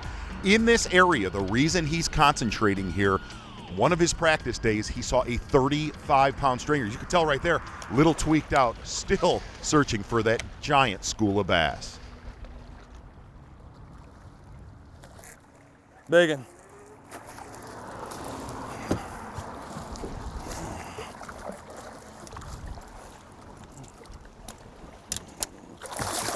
Gotcha.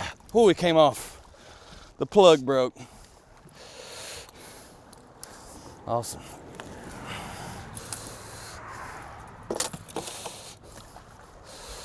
Put him in this side.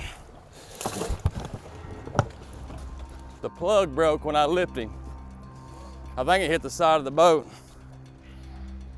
How do you hit it just perfect where the bait breaks? I mean, I've never, ever had one do that. Something happened on the side of the boat there. I don't know if he slapped it. That's probably what he did, was slap it against the boat. But when I got my hands on him, he had come off. I got 5. Thing is, that last one that I caught needs to be my smallest if I'm gonna have a chance to win this tournament. But you know what, we got a lot of time. The last 3 bites I've had have all been when that bait's coming up. It's like they're really shallow. Yeah, and really lucky on that fish catch right there, Tommy Sanders. That momentum working in favor of Jason Christie, up into 3rd place now, second day of the Bassmaster Classic, and all of these guys doing their very best to make the right decision. Some of them say, I do it instinctively. Some of them say, I made the game plan and I'm sticking with it. One decision can make all the difference in the outcome of the Classic.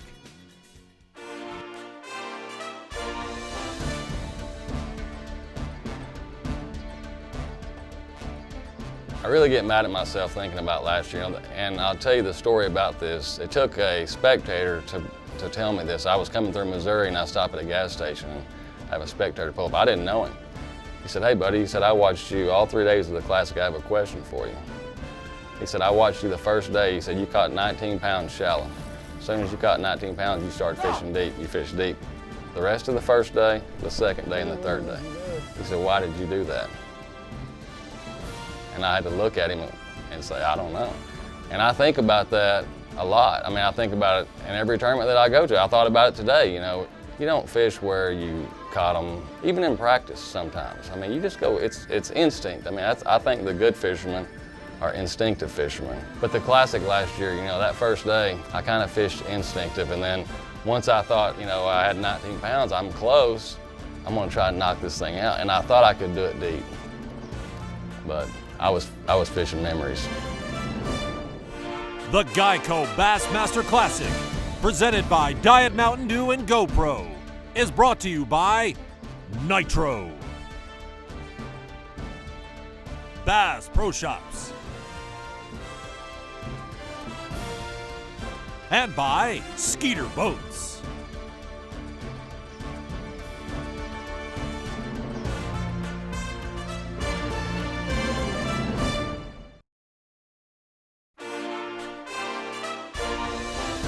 Geico Bassmaster Classic, the World Championship of Fishing 2014 edition. This is the second day of 3 days of fishing. 55 anglers out there on what you might call moving day, because you have to move into the top 25 if you want to move on and fish on championship day. Our leaderboard shows the man with the lead at the start of the day, Edwin Evers, hanging on by 2 pounds over Randall Tharp. Jason Christie in it, Ott DeFoe of Tennessee, Casey Ashley of South Carolina as well. Let's take a look at a young man from right here in the state of Alabama, Auburn University's Jordan Lee, qualified for the Classic with the Carhartt Bassmaster College Series.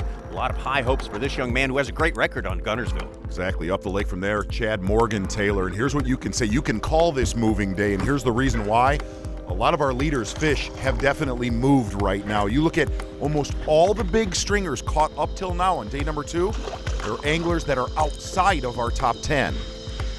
Chad Morgan Taylor qualified through the wild card. The last opportunities to get into the Bassmaster Classic this year, taking advantage of it. How about Randy Howell? Randy Howell, a great career. He just hasn't got so many in the wins column. He would like to kick it off with this one for the start of the 2014 season. This is a giant here.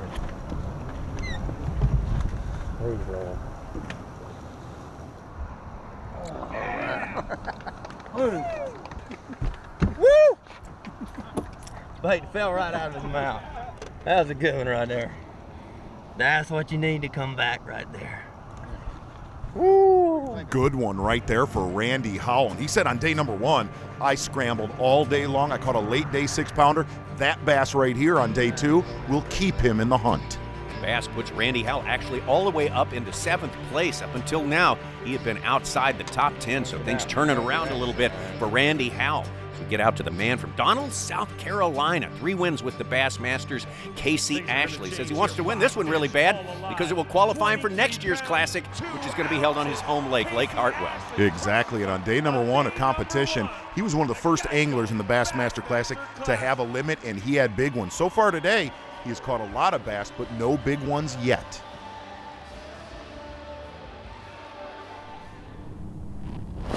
There he is. That ought to be a good one there.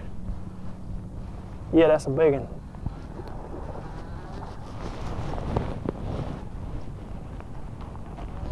That's the kind we're looking for. Buddy, he got it too. Come on, baby doll. Cooperate just a little bit.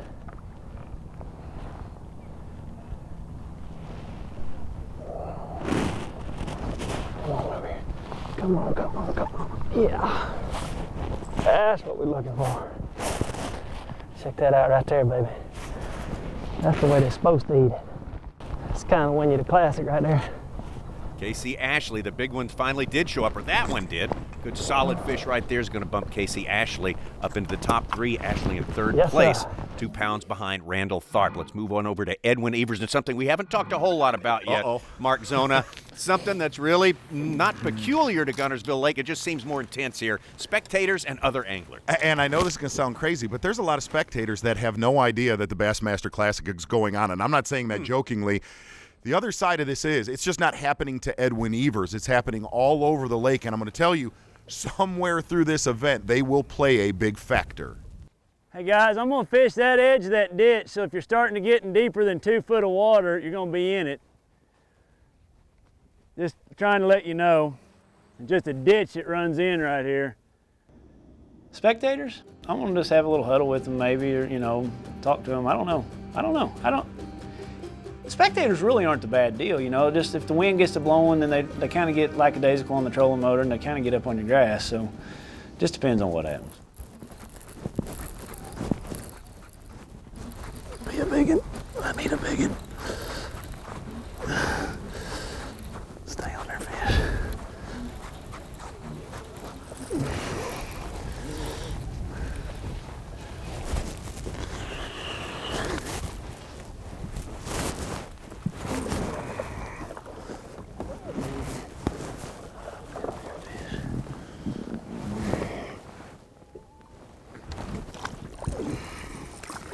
Got it. Just a 3-pounder, but it'll work. Edwin Evers, he's plugging away in each little upgrade, adding to that lead he has over the man he started the day just ounces behind, Randall Tharp, and now we move from Evers to Tharp. Exactly. You can tell that this area of the lake, you look at Tharp fishing out on the main lake, only a few miles away from Evers.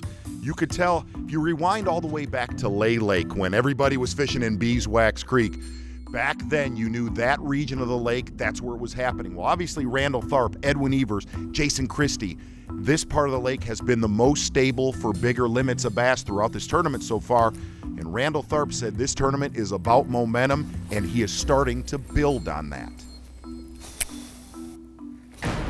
Megan.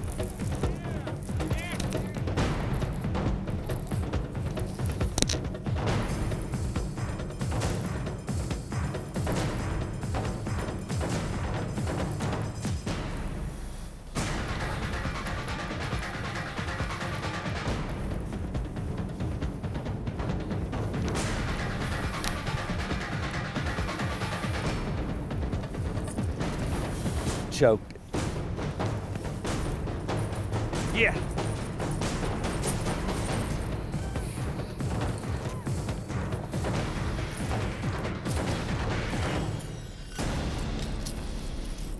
He wasn't coming off.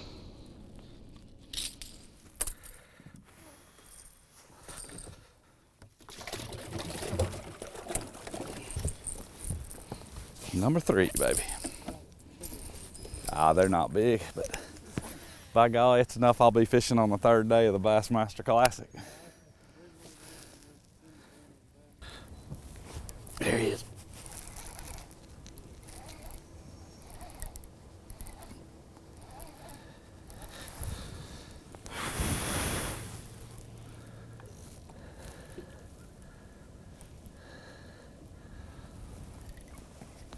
Oh yeah, that's freaking big in there, boys.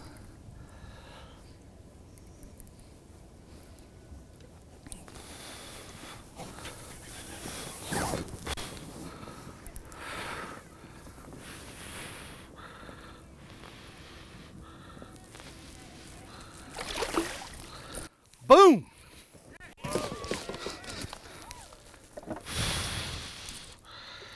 Choked it. Randall Tharp, momentum you talked about, he's keeping it rolling here. So important to him. Could be the deciding factor. Randall Tharp, who formerly fished just FLW Tour events, coming over to the Bassmaster Elite Series to start the year 2014. This would be an auspicious beginning if he's able to hold on and win the Bassmaster Classic.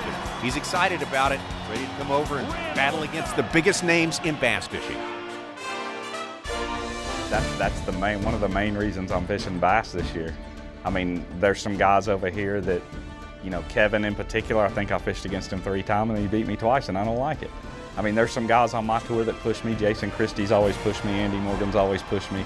Those kind of guys, I mean, that's why I do this. I mean, it's not for the money or the trophies. It's for, I want to beat the best fisherman in the world.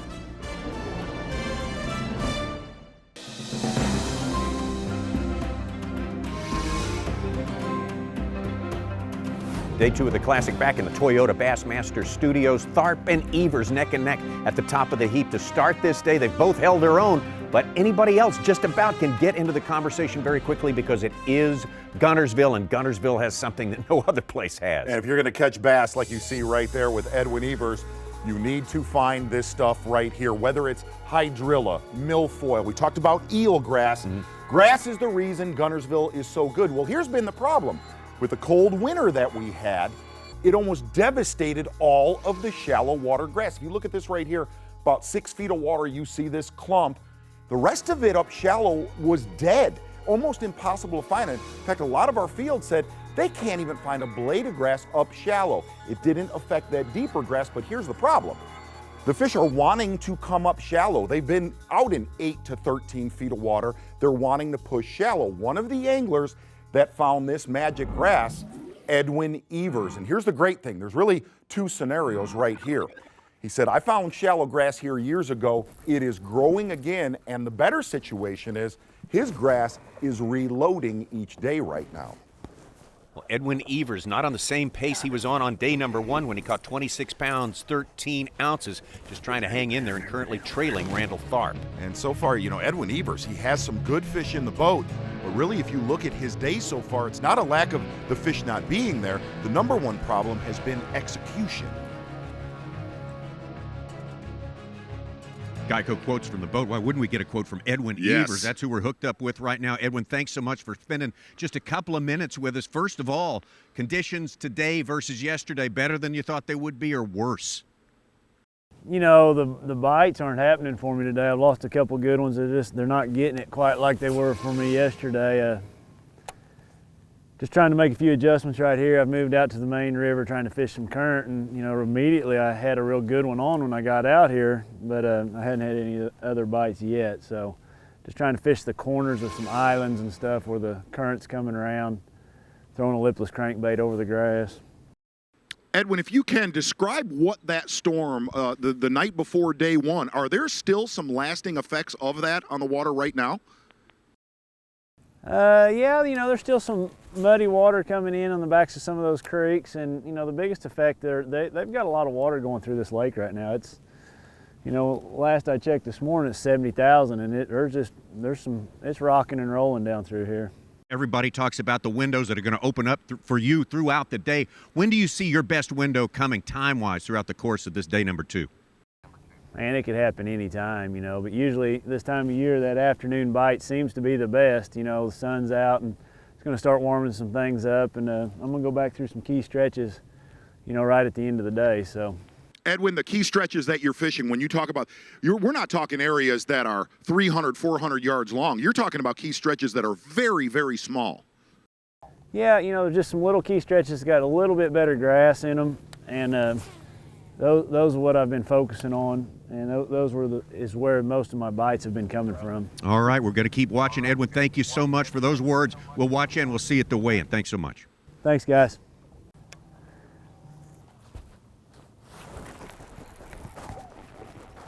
Gosh dang it!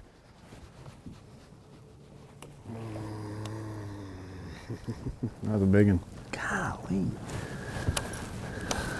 You're gonna have it today. Dang it. So Edwin Evers still dealing with fish. They just can't get into the boat. We'll watch him as the day goes on. He's looking for things to turn around. Back over to Dean Rojas. Had a good day, 21-plus pounds on day 1, but having trouble staying on that pace today. Rojas living in Seabold Creek. The 2 reasons why, we said it earlier, scared other competitors would come in here and spectator boats. It's gotta be. It's gotta be. So many bucks in here. And there's one of the main reasons Rojas is staying in this exact spot. There's a little 9-foot hole, and you heard him talk about bucks, male bass that are moving in, and he's waiting for those females to get to this little backwater. And he said, this is a Van Dam situation, whether it's Lay Lake or Lake Catawatchee. He goes, I don't know what's there right now. I really feel like the bass are coming to me, and that's what's holding me in this area. As you saw from that sequence right there, Dean with no trouble finding numbers of fish, keepers in fact, but just not the size he needs. In fact, he started the day in the top 10 and he has fallen out of it at this point.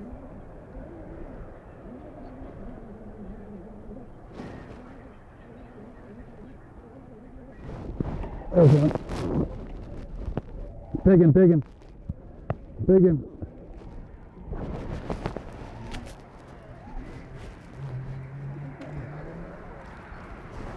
Oh.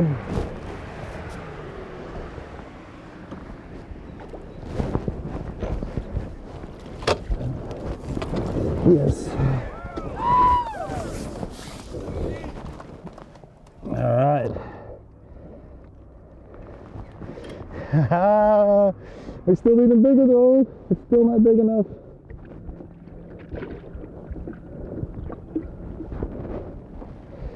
That's 5. There you go, Dean Rojas with his limit there, but not enough still to crack him into that top 10. He's looking for some bigger ones. He's going to want to replace all of those he has in the boat right now, all of those keepers with bigger ones if he wants to stay with the leaders. Talking about big ones, we've seen some stuff today, some fireworks going on. Young Paul Mueller Bass Nation qualifier from the state of Connecticut showed us a big one this morning. Fishing on the main river just up from Randall Tharp. And this is an area he found all the way back in December, and he caught, now get this, 1 bass off of this eelgrass bed, but he said it just felt right. There you go. Come on, do it to him. Yeah, there you go. That's what you're looking for. All right. I see that.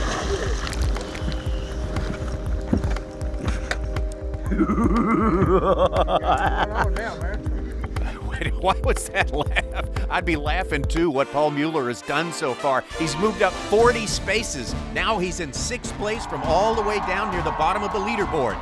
There's a possibility, having caught 28 pounds, he can break Luke Clawson's single-day classic weight record of 29 pounds, 6 ounces. That was back in 2006 at Lake Toho. Records will fall. That's what they all said when we found out we're headed to Lake Guntersville. One of them may be in real jeopardy. Only had 9-10 yesterday, and it's like, if I'm going to catch enough weight to make the top 25 cut, it's going to have to be 23, 25 pounds. And I said, you know, I'm going to just fish for fewer bites. And I seen the water cleaned up, it just gave me confidence. I just settled down and fished. That's how we start the morning right there. Today is the largest 5-fish stringer I've ever caught. Personal best, you know, practicing or tournament, and biggest largemouth ever. I can't wait to see it. They were big, man. They're beautiful, beautiful markings on the fish too. You know, big heads and Guntersville bass, man. Can't get any better than that. Paul Mueller representing in a big, big way. Let me hear ya. I'm no Kevin Van Dam. I'm not Randall Tharp. You know, just really blessed. So.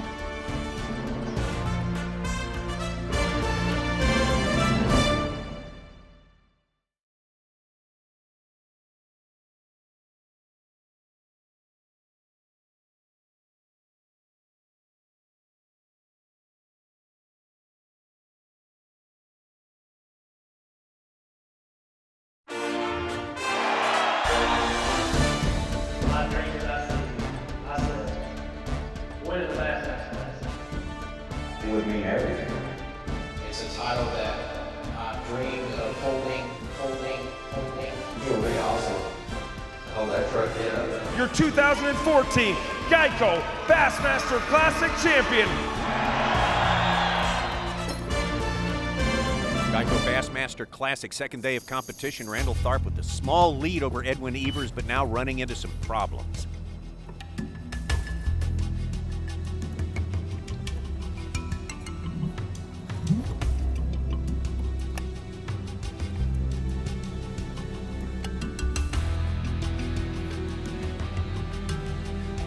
Well, this is possibly the last thing Randall Tharp would want right now, being in 2nd place in the Bassmaster Classic. Definitely not a good deal out on the water for Tharp right now. Geico quote from the boat. This is an apt time to sort of get inside the mind of Randall Tharp right now. A lot of these things going on, distractions in every tournament. How are you dealing with this one? You know, it's part of fishing. I mean, it's unfortunate. You know, I've been here before, unfortunately, and you know, it's unfortunate that it has to happen in this event, you know, right in the key part of the day. But, you know, I have confidence they're gonna get me back on the water soon. And, you know, things were really starting to click about the time this happened. So, you know, I've been fortunate to get a few good bites this morning. I need to put a couple more fish in the boat. And, you know, I don't need but a few casts to do that. So that's my mindset. Randall, you made the comment yesterday, not only are you on quality, but you are definitely on some good numbers too. Have you seen the same thing today so far? No, I mean, you know, there's a lot more fish on some of these places than I realized yesterday. The bite was really off. Yeah, I've had a lot of bites today. You know, I just caught a 5-pounder about 30 minutes ago, and things are definitely looking up for me. You know, there's definitely some big fish on some of these places. I plan on fishing the remainder of the day. Randall, how hard is it right now to keep your mind in the game with what's happening? You know, I've been having fun today. There's probably 100 boats behind me, and you know, I was trying to cut up with them, but they wouldn't give me much this morning. They wanted to see some fish, and I gave them some fish, and we've been having a good time out here. It's Bassmaster Classic. Are you still trying to cut up with them right now, or not really? Not so much now. You know what? Like, there's some pretty loyal fans because I'm not fishing. I'm being towed in, and they're still following me. Randall, this is the weirdest thing ever, man. Obviously, we're looking forward with you. You'll be in it on the final day tomorrow as you look forward to what you think the conditions will be like tomorrow. What should we all look forward to? Is it going to be a whole lot better? Dude, let me tell you something. This lake is busting wide open right now. It's the best case scenario for this tournament. And I don't think any amount of lead, whoever's leading at the end of the day, is going to be safe because, I mean, you talk about 30-pound bags, there's a 40-pound bag swimming around in this lake, and it's extremely possible right now. Wow. Back to today for one more question. Best case scenario, getting all this stuff taken care of, how many hours of fishing are you going to have left today? You know, I'm hoping to get back on the water by 1 o'clock. Oh. And, you know, I caught a couple big ones the last hour yesterday.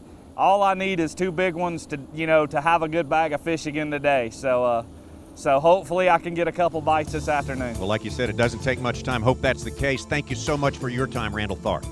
Right there, probably the biggest turning point so far in this Bassmaster Classic. And we're going to take off from Randall Tharp. We'll be back. But down to Casey Ashley down in Browns Creek. And interesting thing about Casey Ashley fishing in Browns Creek, he said there's been so many tournaments won right here. Before this tournament started, this is a soft-spoken angler. Casey Ashley said, guys, I am on the winning fish, something you never hear from him. And again, next year's Classic, the 2015 edition, going to be held on Lake Hartwell near Greenville, South Carolina, which is also near Donald, South Carolina. Donald, South Carolina is where Casey Ashley lives. He can qualify for that one if he wins this one. I really want to win this one to just go ahead and get my spot in next year's deal. That way I can just go through the season and not have to worry about it. You know what I mean? There you go. That's a good one.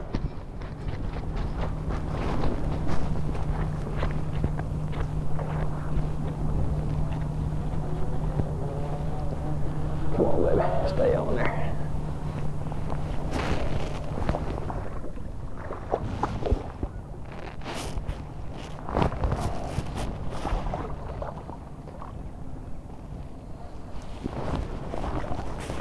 No, you ain't gonna jump right here.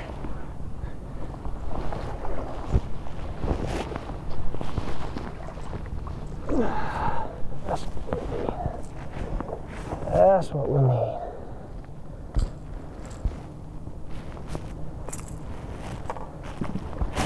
That's a 3.5 probably.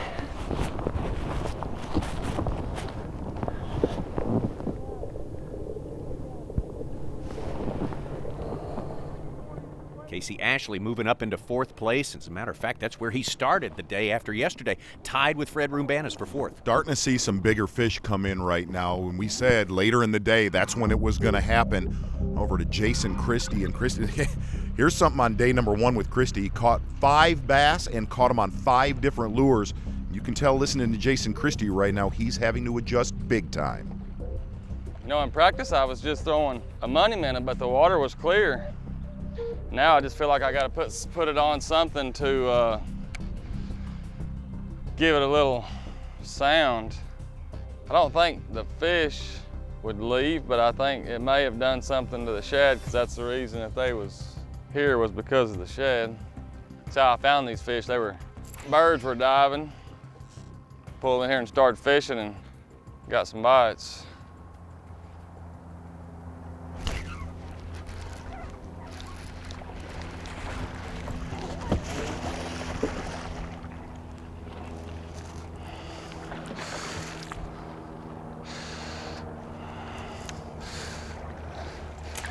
Gotcha.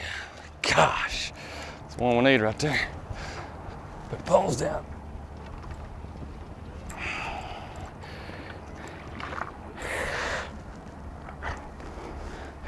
You had it too. Had a good call right there. Jason Christie moves up into 4th place. Randall Tharp, our leader, sits on the bank while they work on his equipment. Meanwhile, back in the BJCC arena in Birmingham, big-time excitement. Crowds beginning to gather, entertained by the Super Retriever Series Big Air Dogs. A lot going on. We're headed there eventually, but more fishing to come from Lake Guntersville when we come back.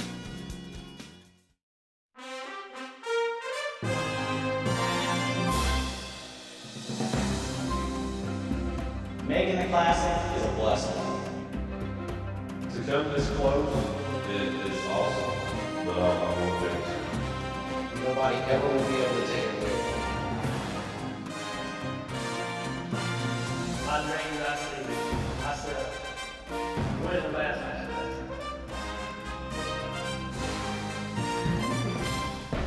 Back to North Saudi Creek with Jason Christie right now, and Jason Christie has no idea what kind of day that, well, number one, Randall Tharp is still having, and with Edwin Evers' weight slipping a little bit, Jason Christie making small calls, not real big calls right here, which these bass right here are actually going to keep Christie right in the mix.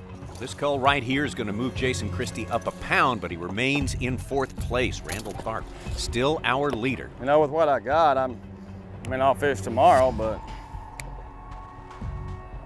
I may put myself out of contention. The thing is I got a 3.5 pounder in there. If I could just get one of those 7s or 8s, and it puts me, hopefully close. Well, ones, I probably just slowed down. This morning I was probably fishing too fast, but it's just the sun. Sun gets up and, everything just starts moving. And that's all, I think that's all there is to it. This time of year, a lot of times, afternoon is the best bite.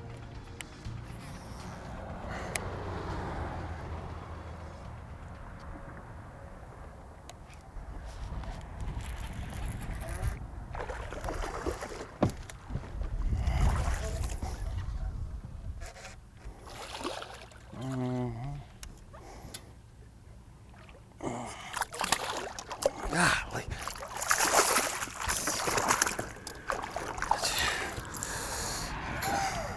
Jason Christie making another move right here, and from Christie we're going to go around the corner, and Edwin Evers is putting fish in the boat and putting pressure on Randall Tharp. Unofficially tied right now, and Edwin Evers starting to feel it a little bit and getting around them. Yeah, that big one right there, definitely one of the meaningful fish in this Bassmaster Classic so far. He was 2 pounds behind Randall Tharp, and that one brings them dead even at 47. There's a bunch here if I can just get them to go. I was reeling that one fish in, I seen a bunch trying to follow it on my depth finder, just like they're lethargic.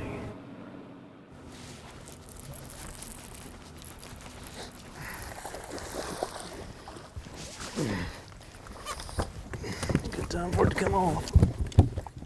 Hell, we got 5. May not be big enough. We got long time coming. So Edwin Evers, who caught 26 pounds, 13 ounces on day number 1 to kind of put himself away from the pack along with Randall Tharp. This day has not started that way, or at least it wasn't for a while. It wasn't going this way for Evers. He wasn't even sniffing 20 pounds, and now he's kind of getting back up in that region. Things starting to fall together for him. And back over to Randall Tharp, waiting on a service crew. But the thing is, Randall Tharp can still fish, waiting on that crew to get him up and going. And right now in this Bassmaster Classic, this, for Randall Tharp, the most important time. Anything Tharp can put in the boat while he's broke down, truly a bonus for him. There he is.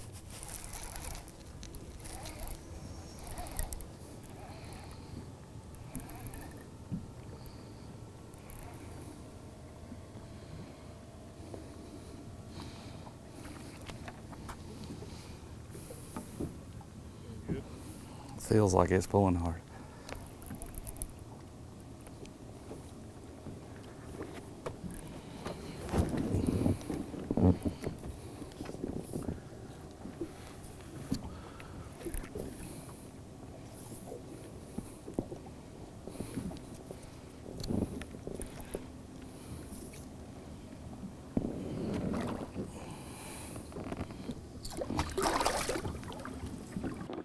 Yes, boys!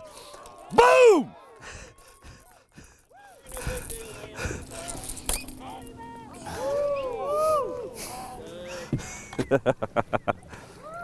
Cobra, first one of the day.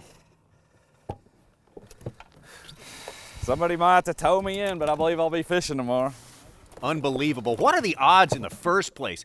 Leading the Bassmaster Classic on the second day, breaking down, and this guy holds up like that? Well, I think it's fair to say we've seen what mechanical breakdowns can do to anglers mentally. Randall Tharp, sitting on his trolling motor, catches a giant fish, not to just keep him in the top 25, but to keep in contention to win. Now we're looking up. Boat breaks down, catch a 5-pounder. Hell, that's how I got here. My boat broke down at Ross Barnett. Before they came to fix it, I caught 4 big ones. That tournament at Ross Barnett he refers to as the tournament through which he qualified for this Bassmaster Classic, so what a link-up.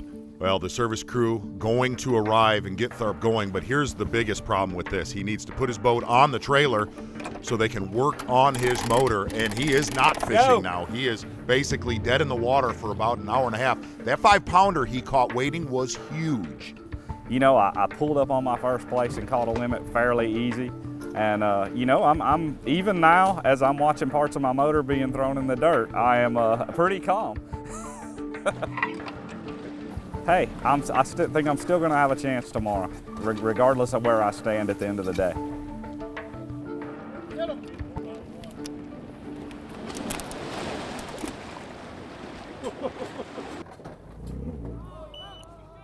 Oh, have we seen a lot watching Randall Tharp today? We're about to see a whole lot more. Everyone who follows on Bassmaster.com depends on James Overstreet to get us out on the water, and that he does with his fantastic photographs. He's been on Tharp all day, Z. And the amazing thing, as you said, was his starting spot on day number 2. It was. I mean, when I got with him on day 2, I found out where he was going. He's making about a 30-mile run from the takeoff, and that's where I started my day with Randall Tharp and pretty much finished my day with Randall Tharp.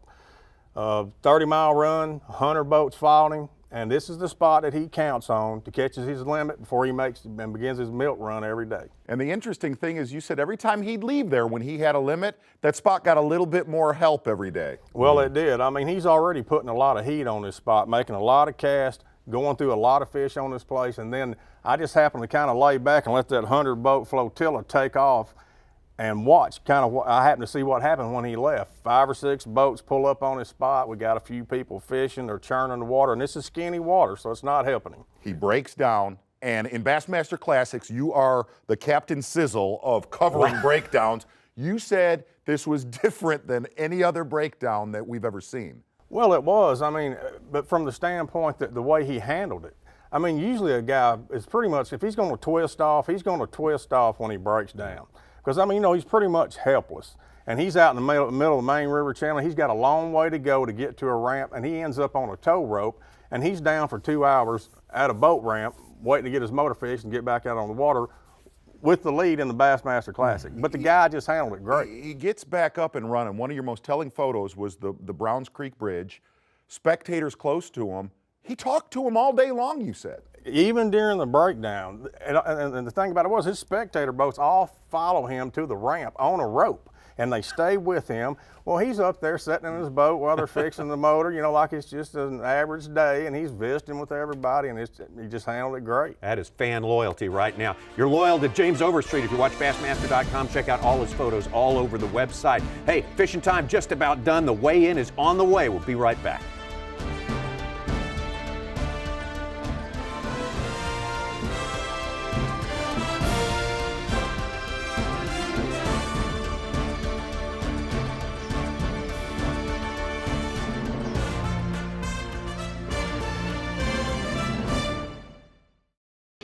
The Geico Bassmaster Classic, presented by Diet Mountain Dew and GoPro, is brought to you by Yamaha,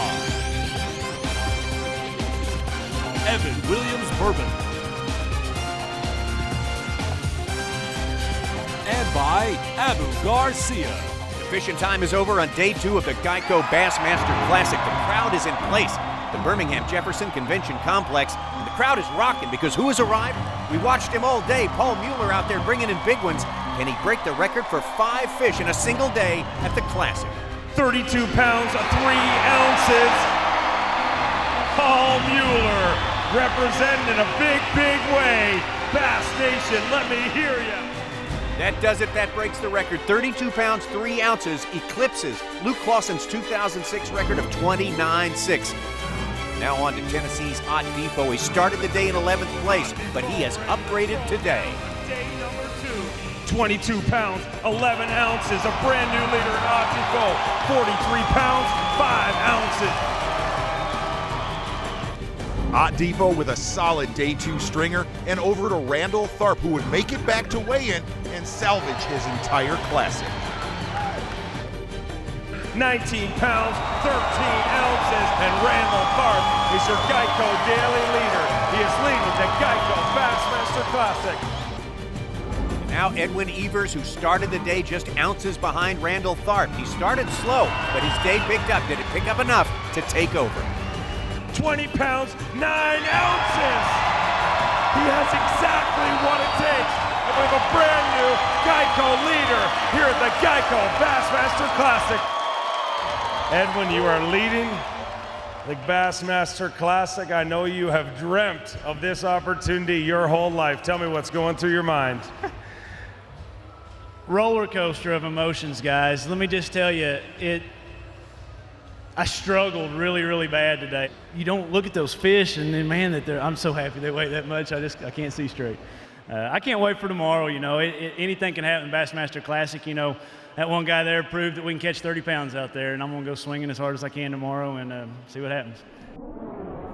So Edwin Evers, you check his record. There's a guy that definitely knows how to win, and he's in the position he wants to be, leading the Classic after 2 days. Exactly right. Edwin Evers in the lead, Randall Tharp right behind Evers. But we thought at the end of the day 2 weigh-in that our top 2 anglers would have separated themselves from the rest of the field. They slipped a little bit today, and that door is wide open going into the final day of the tournament. Almost every tournament that we've covered on Guntersville, you knew the top 2 guys, they have outpaced the rest. That is not the case right now. And this next angler right here, Paul Mueller, he kicked the door open in a big way. Yeah, this Bass Nation qualifier for the Geico Bassmaster Classic knocks out 32 pounds and 3 ounces, sets the new record for the 5-fish limit with the Bassmasters, eclipses Luke Clausen's old record from 2006. So here we are, heading into the final day, and man, fireworks abound. Exactly right. Really, if you look at anybody in our top 10, still got a shot at this thing.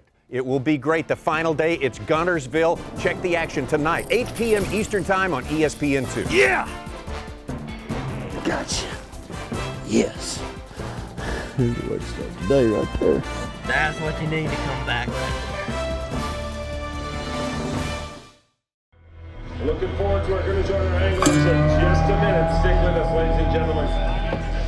Official time is 6:41, 6:41, 19 minutes until we kick off Championship Sunday at the Geico Bassmaster Classic, presented by Diet Mountain Dew and GoPro.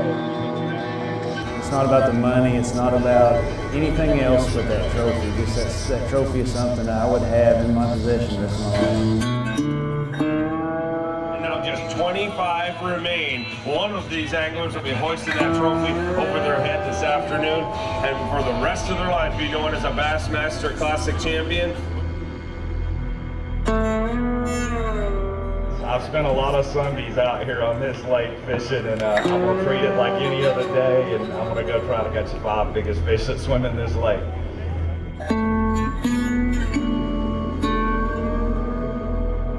If you would have told me 4 months ago that I'd be standing here today with an opportunity to win the biggest tournament in the world, you know, I wouldn't have believed it. 5, 4, 3, 2, 1.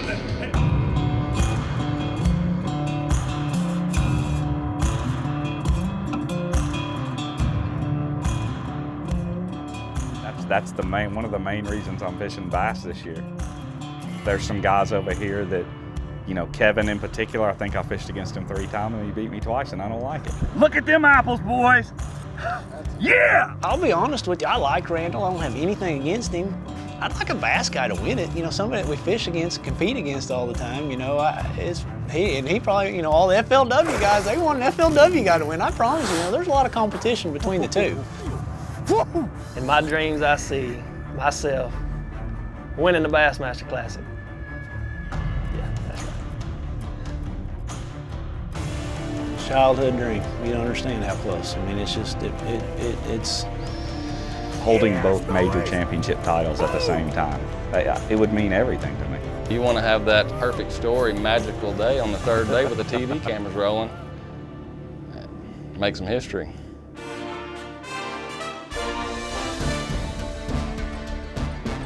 Welcome. Today is a day of reckoning. We will crown a world champion today in the sport of bass fishing, the final day of the Geico Bassmaster Classic. I'm Tommy Sanders here with Mark Zona on the single most important day in the sport of bass fishing, and we have got a lot on the line. We have had a weird Bassmaster Classic so far, Tommy. So let's talk about Edwin Evers, our leader by 1 ounce. And usually any of the classics that we have covered, the leader has a lot of confidence, knows what's going on. After the day 2 weigh-in, Edwin Evers scratching his head and said, I really do not know where these fish are moving to. From there, you look at second place. Randall Tharp loses 2 hours due to a mechanical breakdown. And the best way to put it, this tournament right now is completely, still going into the final day, completely up for grabs. One of the most hyped up classics of all time because we are on legendary Lake Guntersville. Does this lake have any other surprises to throw at these anglers?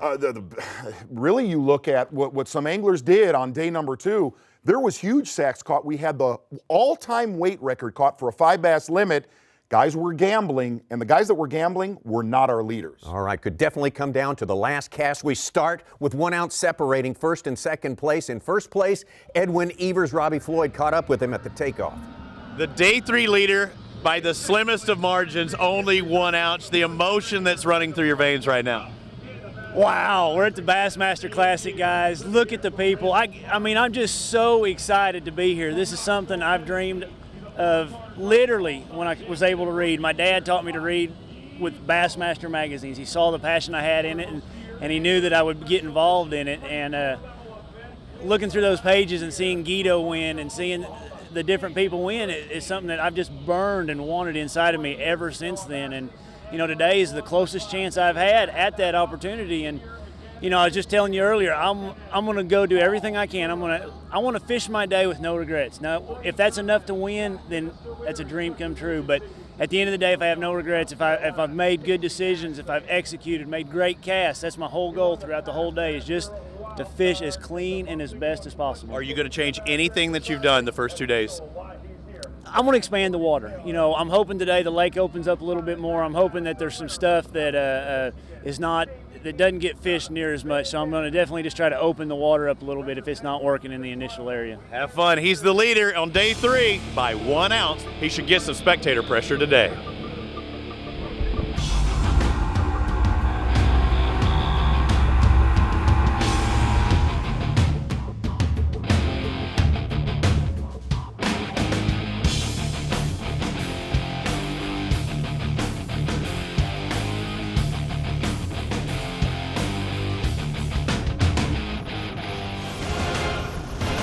Along with our great playing field, Lake Guntersville, Birmingham is our host city, and this place, the Birmingham Jefferson Convention Complex, is where it's all gone down the first 2 days, weigh-in-wise. Great crowds, plenty of entertainment, and they have had plenty of surprises as we've gone through the first 2 days of competition. Fred B.A.S.S brought in something that set the crowd on fire on day number 1. The Carhartt Big Bass of the tournament, 9 pounds and 3 ounces. You need to go out and you need to get 5 big fish. It's not about catching 20 fish. It's about getting 5 big fish. Look!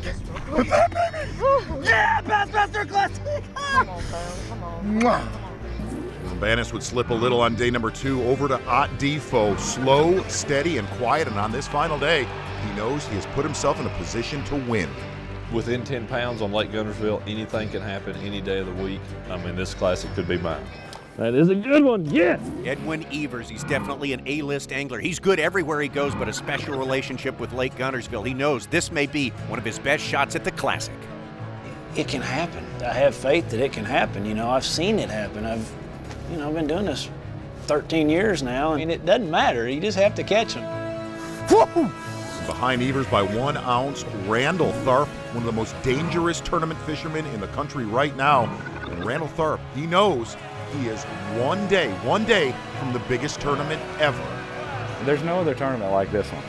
I mean, I want to win it more than anything in the world. The higher the stakes, the more pressure, it seems like the calmer and the better I perform. I think it's the gift that I have. You know, since early in my fishing career, it's been that way for me. Look at them apples, boys. Yeah! Well, the big day is underway. Edwin Evers by an ounce to start with the lead. Let's follow him to his first place in North Saudi Creek. Exactly. Edwin Evers really stayed in the Goose Pond area the entire tournament. Here's probably been the major issue throughout this event, not just for Edwin Evers, but really anybody in our top 20. And it's been spectator boats. It's just not, Edwin's not dealing with it. There's many anglers having to deal with this. And the biggest problem is these fish are not concentrated in a little 1 acre stretch. They're scattered everywhere, and Edwin Evers has to do a lot of traffic control throughout his day.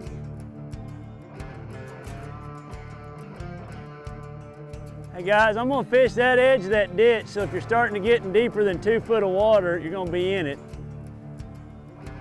Just trying to let you know, just a ditch that runs in right here. Spectators, I want to just have a little huddle with them maybe, or talk to them. I don't know. The spectators really aren't the bad deal, just if the wind gets to blowing, then they kind of get lackadaisical on the trolling motor and they kind of get up on your grass, so just depends on what happens.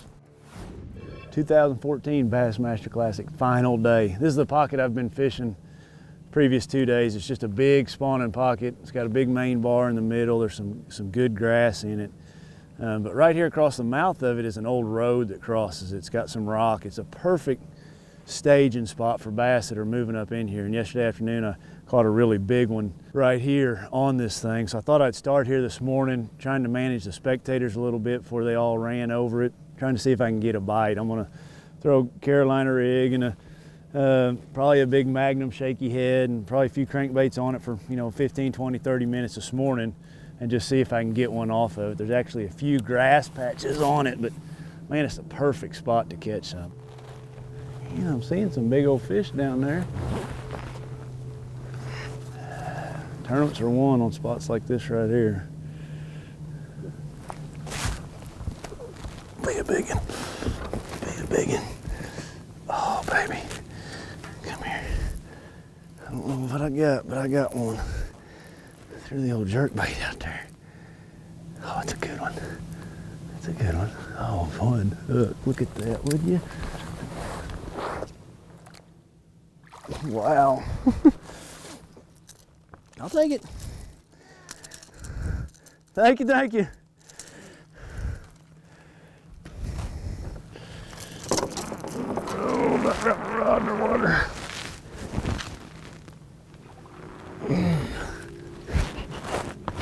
I'm a professional bass fisherman, can you tell? I got me, I got the fish, but I got one in the live well. I need to get some water in that live well for that fish. There we go. All right, Marty, if you weren't working so hard, I'd have you help me out, bud. There's our leader. He totally breaks down his first place for us, catches a fish as if on cue, then hooks himself with his own jerkbait. That you can't ask for better. No, you're exactly right. That's Zona Show stuff right there. We're going to leave Edwin Evers right now. Going to head out on the main lake just across the river. Randall Tharp, our day one leader. Randall Tharp fishing a very, very precise spot. And every single day, a lot of his weight that he's brought to the scales have come off of this exact deal. And here's the great thing. It's reloaded for him. And he said after day two, when everything went wrong, he had the mechanical breakdown, this area right here got a lot of pressure. And you'll see Randall Tharp is making a very precise, exact cast to get all of his bites.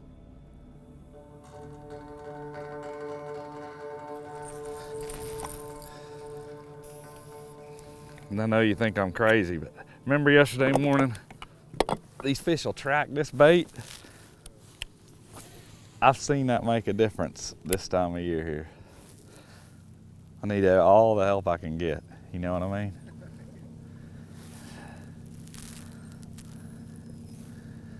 Getting close now, boys.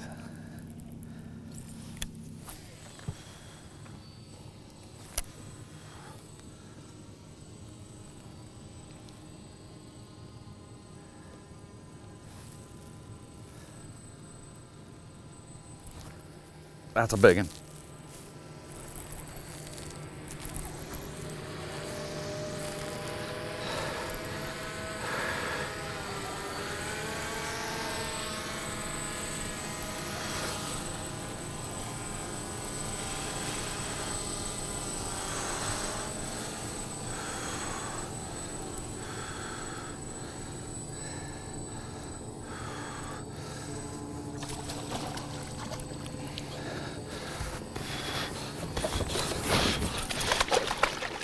Yes!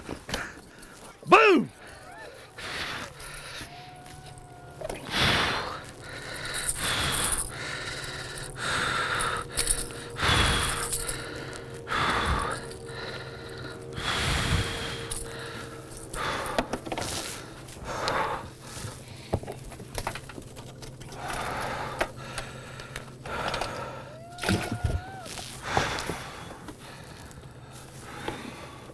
Can tell by the breathing right there, Randall Tharp has come to play ball on this final day. Very hard to believe that 6 years ago, this was a building contractor. How's that for news, nothing, nuggets? That is absolutely astonishing is what that is. What a great start to the day. Tit for tat, the two guys who started an ounce apart. Edwin Evers, Randall Tharp, the two good keepers. And now, unofficially, we have them tied. No other changes just yet, but it is very, very early on this final day of the Geico Bassmaster Classic.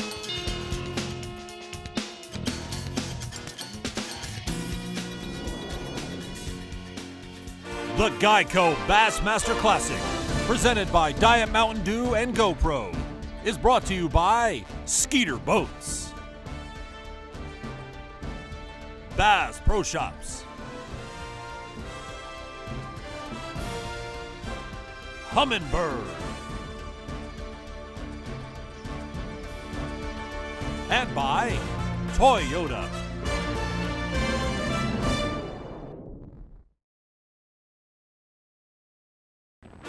Geico Bassmaster Classic. This is the final day. 25 anglers shooting for the top prize in bass fishing on incredible Lake Guntersville. What a playing field. Time for our Skeeter Boats rules of the game. Again, we started with 55 anglers.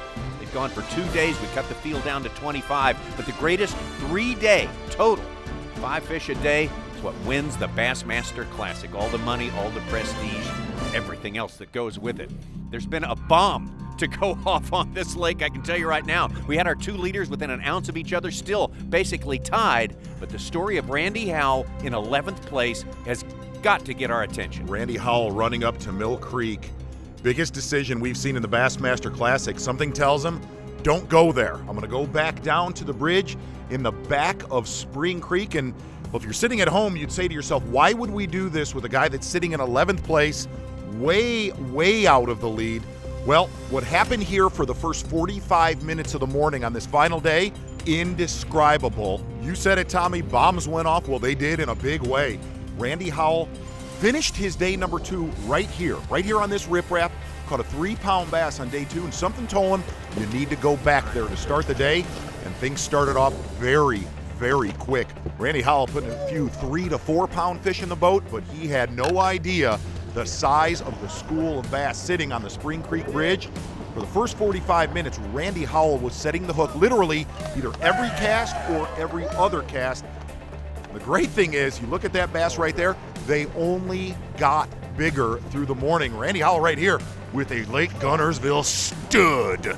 Randy Howell with 20 pounds, 3 ounces on day 1. Day 2 just hanging in there with 18-10, and then this happens.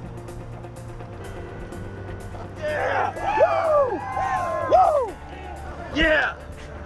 That's what you do in the first thing in the morning on the Bassmaster Classic. Woo!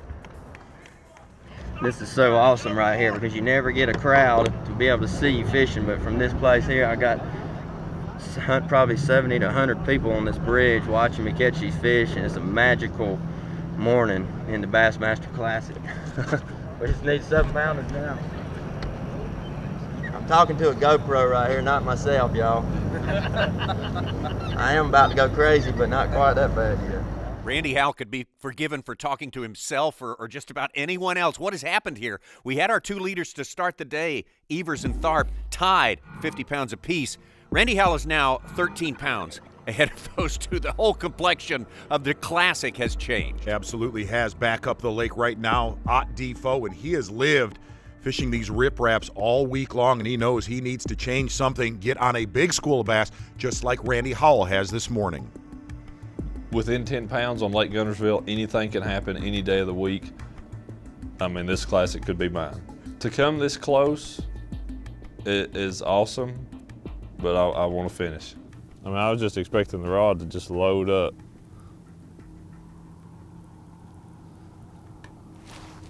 Like that. Be big, baby, be big. Stay down, stay down.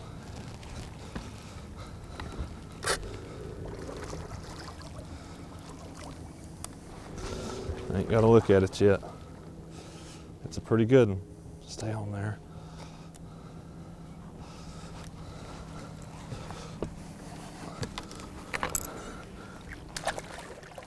Yes, thank you, Lord. Yes. Oh, man, it's about time. Dude, that fish is so cold. I figured something out now. Ott DeFoe in 4th place now, but still way, way behind our new leader, Randy Howell, over to Paul Mueller, who, record-setting Paul Mueller, set the record for 5 fish in a classic in a single day, 32 pounds and 3 ounces. And if he wins this thing, he'll set another record. And really where his tournament turned around was on day 2. He laid down a 3/4 ounce lipless crankbait, went to a 3/8 ounce chatterbait, and when he did that, all of the big ones he weighed in came on that bait.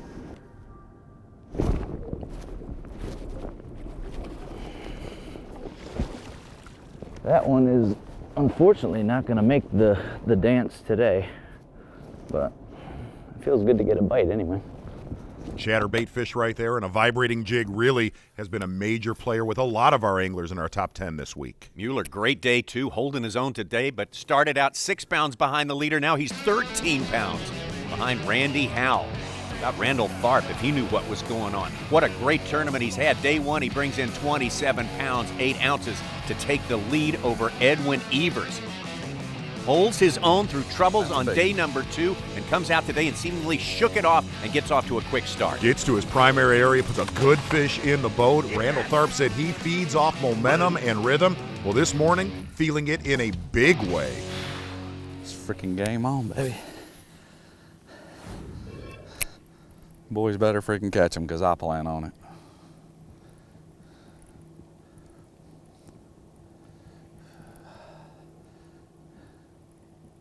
Honey badgers have been known to sit in one place all day. Now, you know that wasn't in my game plan, but if these jokers want to bite, I don't see any reason to leave them for anybody else.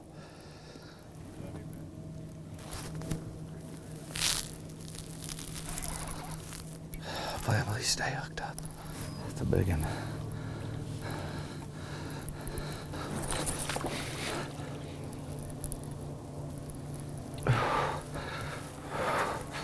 Please, Lord.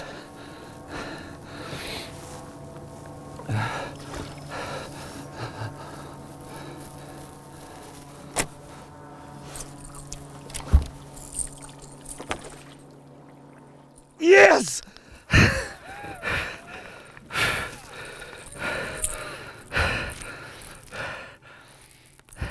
Bassmaster Classic, baby.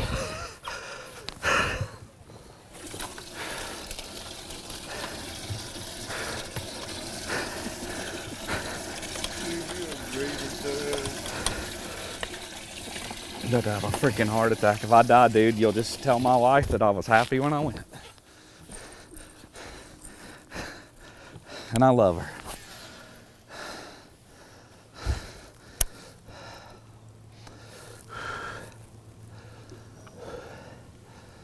Please, Lord. Let's get them big ones going, baby. Randall Tharp with a big one right there and looking for bigger ones. Little does he know, here's a big hole to climb out of right now. Yeah, that one right there, well, the 3 pounds plus on Randall Tharp's weight to 53 pounds. Unfortunately, well, you saw it happen, unfolded so fast in the first hour of fishing on this day. Randy Howell down in 11th place, loading the boat. He has a 10-pound lead over Randall Tharp, who started this day just an ounce back of Edwin Evers. The whole complexion of the Bassmasters Classic has changed. This day becomes a game of catch-up for all of these anglers trying to catch Randy Howell. If I played basketball, I'd have more confidence than fishing on Guntersville, I'll tell you that right now. I'm excited about it, don't get me wrong, but I'm not going to jinx myself. But there's a lot of guys that are more local-minded than I am. You know, Tharp and just a bunch of the guys know a lot of stuff. I've lived here 15 years, and I have learned a good bit about it. Home field advantage in this setup that we're having right now, I don't know if it's going to play a big factor as it would have had it stayed cold. You know, if it stayed cold, it might have been a little better for that. That's what you do in the first thing in the morning on the Bassmaster Classic. Woo!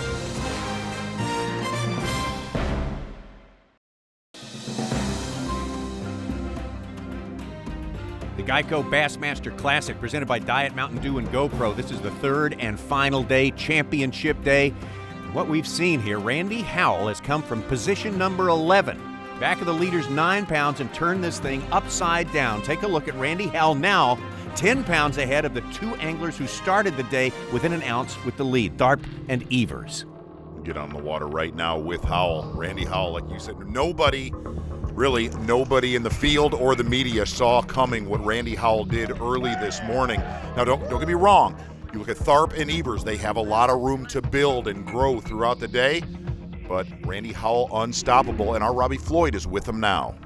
Alabama boy Randy Howell making a huge jump on the final day. He was a favorite coming in, but he was 9 pounds coming into this final day of competition from the leader, and he's making up ground quickly. Already, early in this morning, 25 pounds of bass in the boat. He's caught 25 bass or more this morning, and they're funneling in this area at Spring Creek. On this side, the inward side of Spring Creek on that bridge, as soon as they start pulling current, he's just been hammering them out here today. I was here for the Alabama Bass Trail 3 weeks ago, and this area, when I crossed that bridge, was frozen solid. It didn't look like a fishery, it looked like a hockey rink. But right now, Randy Howell's on them, and he may get 30 plus before this is over. That's a little one. A little one. Lots of them in here. That's a good sign right still. You can sit here and see that's going to be the deal for me today, to know you sit here and risk, if you're going to catch a big one mixed in with all these 2 to 4 pounders. Since I did catch one 7 almost, but I caught that early. I know there are more out here, but that's always the gamble on a day like this. That's the decision, or I need to try to do. I got 2 other areas that have potential for a big fish. Uh-oh, that's a good one. I think that's a good one. Come on, baby. Be a big one. Yeah. He's a nice one. Oh. Pretty good right there.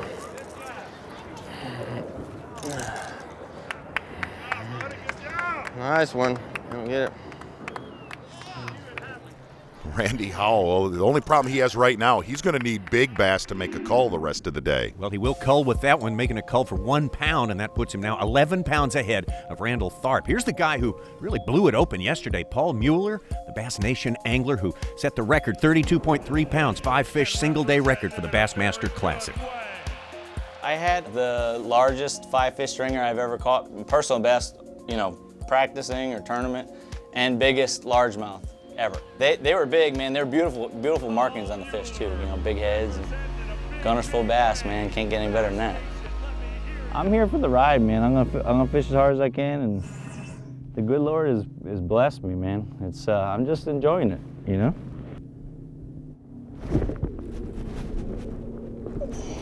That's a great old big one.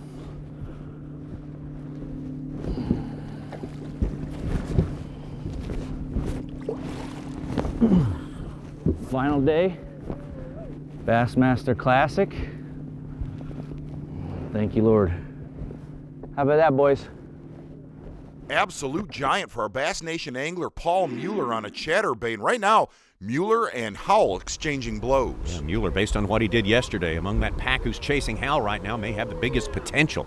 Randy Howell, originally from North Carolina, has been living here in Alabama for 10 years. And again, we'll set you up on this. He called an audible right after leaving the dock this morning, headed for one place, turned around and went right here, and he's been wearing them out ever since. Robbie, this is incredible.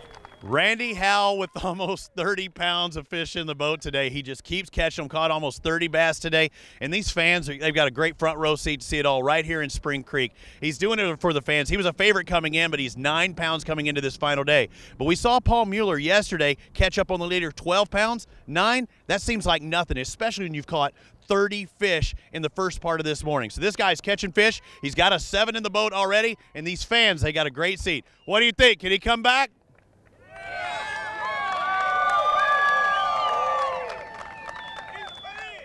Randy Howell still on 64 pounds. Let's go over to Randall Tharp, who started this day just an ounce behind the leader, Edwin Evers, and now he's made apparently a small move. Tharp calling a big audible right here going up in Roseberry Creek. And this morning, Tharp starting on his primary area, Tommy, and he caught 2 bass. Every single day this tournament, he caught 15 to 19 pounds right here. Well, this morning, he caught 2 bass. Going up shallow now, and here's really been the biggest switch that we've seen Tharp do this entire tournament, going to an area that he has not fished all week long.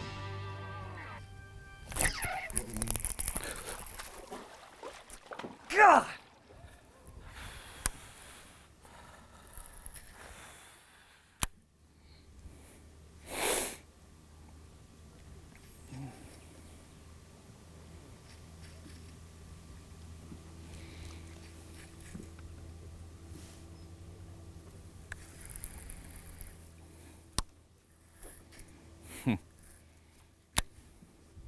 Sucks when you know you're going to get a bite and you mess it up.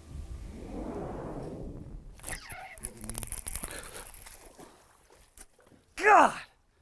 Well, for all that happened to Randall Tharp on day number 2 in this tournament, losing a quarter of his fishing day, still, this is the first time we've seen anything resembling a discouraging word from him. And really, you look at Tharp and Evers, we said it, they have a lot of room to build, but we are at the point of this tournament, every single bite counts for Tharp right now.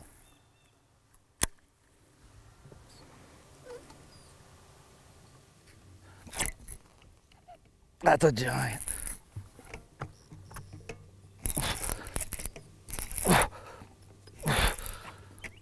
That's my tournament right there, baby. Oh God, it's a big one. He come off.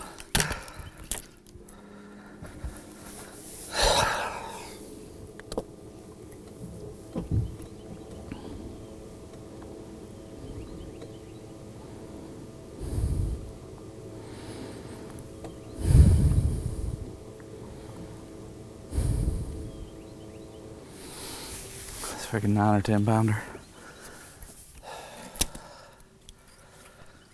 You heard him, a 9 or 10 pounder. If it was indeed that size, that's my tournament right there. He would have been right on. That fish, since he has 2 in the live well, would have put him tied with Randy Howell, and we start over again. And we've really seen Tharp deal with some incredible issues this week, having mechanical and coming back from a lot of his issues. That right there, that is an absolute gut punch for Randall Tharp. He talks about momentum, building a rhythm. That one right there, that is hard to rebound from on the final day of a classic.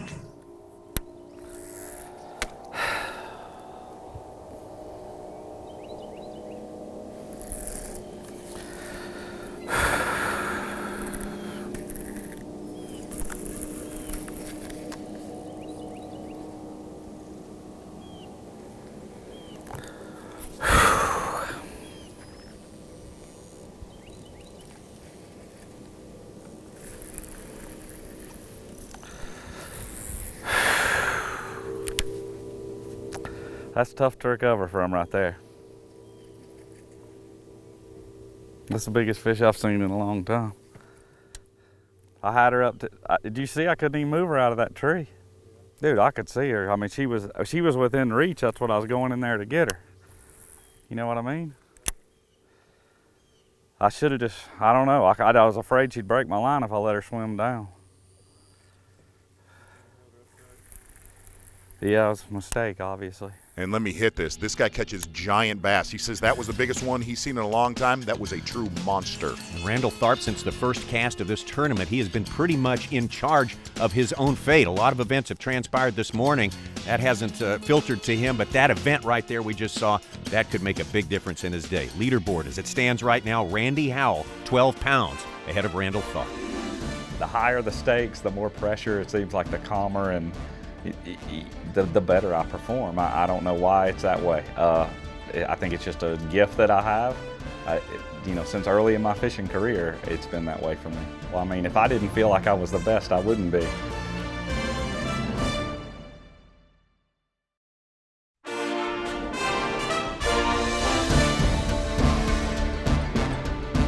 It's the Geico Bassmaster Classic presented by Diet Mountain Dew and GoPro, and this is the big day.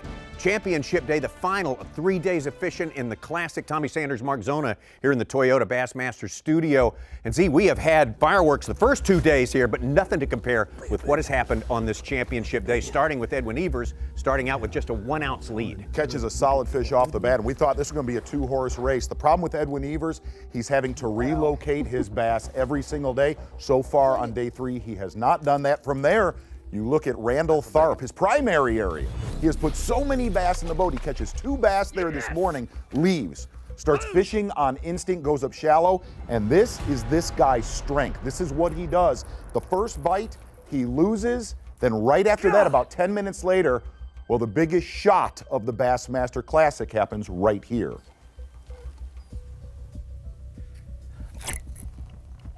That's a giant.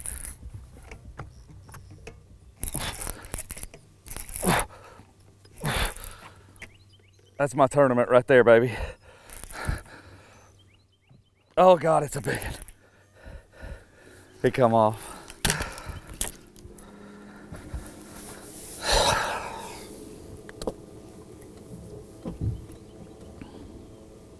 Well, you heard Randall Tharp there, 9-pounder, the one that, as far as he knew, the one that could have won it for him. Exactly right. Look at Randall Tharp right there. First time we've seen him crack this tournament. He had no idea what was going on down in Spring Creek. Yeah, Randy Howell takes off this morning, 9 pounds behind the leaders. He goes a couple of miles, does a U-turn on instinct, and heads for this bridge area right here, and things begin exploding. And these bridges, all of these bridges are all about timing, colliding with a monster school of bass. We're going to go under the water right now on this spot that Randy Howell is fishing. The current is flowing out of the creek. A lot of color, a lot of current, and a lot of bait. And so far this week, a Rapala DT6 was Randy Howell's main weapon. Well, he gets to the bridge this morning, and this crankbait right here, very tight wiggle, drops to, it dives down to 5 to 6 feet of water, pounded 3.5 to 5 pound bass instantly when he got there today. And there was a little shade line, shallower, that held these fish there. Well, after that, he decides, you know what? I'm gonna take this bait off that I've used the entire tournament basically, and I'm gonna go to a Livingston Lures prototype crankbait, wider wobble, dives deeper, dives to about 7 to 9 feet of water after he pounded those shallower fish. A lot of Randy Howell's bigger bites in Spring Creek came in on that bait right there. And the one thing you could say about that, he decided to do it, throw a prototype lure on the last day of the Classic. What better place to find out where it works? And everyone winds up being the pursuers now, the pack that is chasing Randy Howell. You have Randy Howell in your fantasy? Yeah, no. Okay, no. Then you're not going to be. If you do, you're going to beat some people. Bassmaster.com/fantasy is terrific. If you haven't tried it, check it out. Bassmaster.com/fantasy. Live and die by your picks of anglers every week.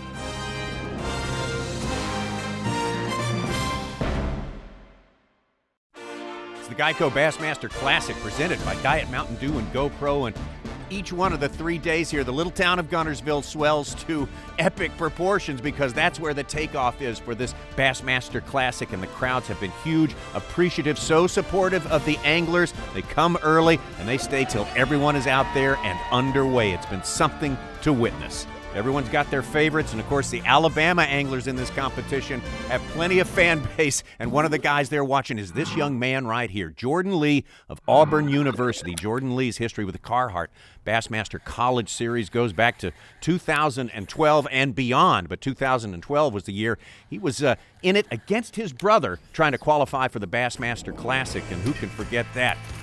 Jordan Lee, it came down to the last fish, a lost fish for Jordan Lee. In the end, he did not make it in that year. His brother, Matt Lee, fished in the Classic. So Matt Lee goes on to the Classic, and the very next year up in Michigan, if you really think the odds of Jordan Lee getting here are astronomical. Really, if Jordan Lee did not have a bad day one in this tournament, Jordan Lee had the potential to win this event this week. You know, it's a big deal for us to be able to go to school, and I got my degree, and you know, to fish, you know, tournaments and be this big of a deal has really helped me a ton.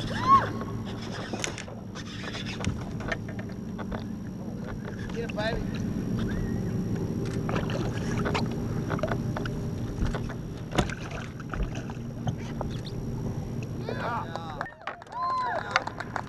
That's what's up.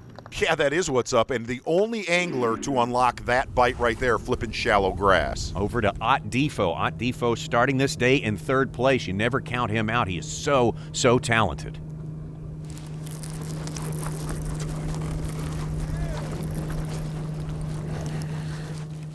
Yes! Dude, that fish just got on there. I thought it was a piece of grass. Talk about a light bite, dude. That was a light bite.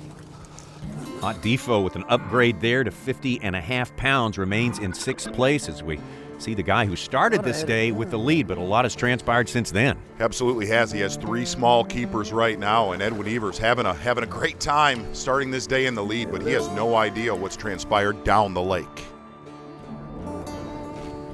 Oh, what a beautiful day. Golly. I mean, it's just, this is why we fish. Beautiful spring day, and yet I'm in the Bassmaster Classic on top of it, and I'm leading it. I mean, I'd be happy just to be fishing today, let alone be leading the Bassmaster Classic. This is like in a book day. This is pretty. That's why I chase them. It's all about figuring these silly things out. Every day is a little bit different, and the challenge of, man, where'd they go today? What do they want today? What's going to happen today? That's why we fish. I mean, it's so, and then you get a bite and you don't ever know how big it is. It could be a 2-pounder or a 10-pounder.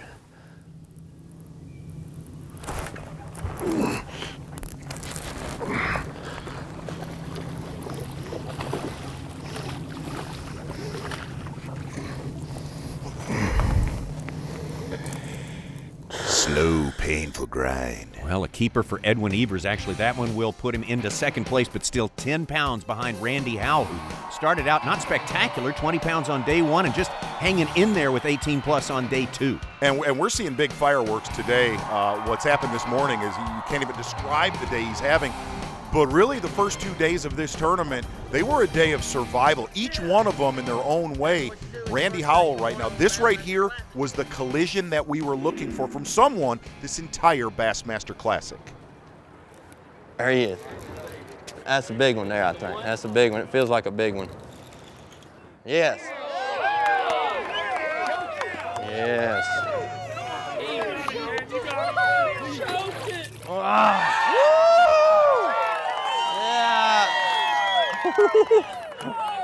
He choked it. He choked the Livingston, baby. Look at that. Look at that, Shay. Good gosh. Woo! Woo! Choked it.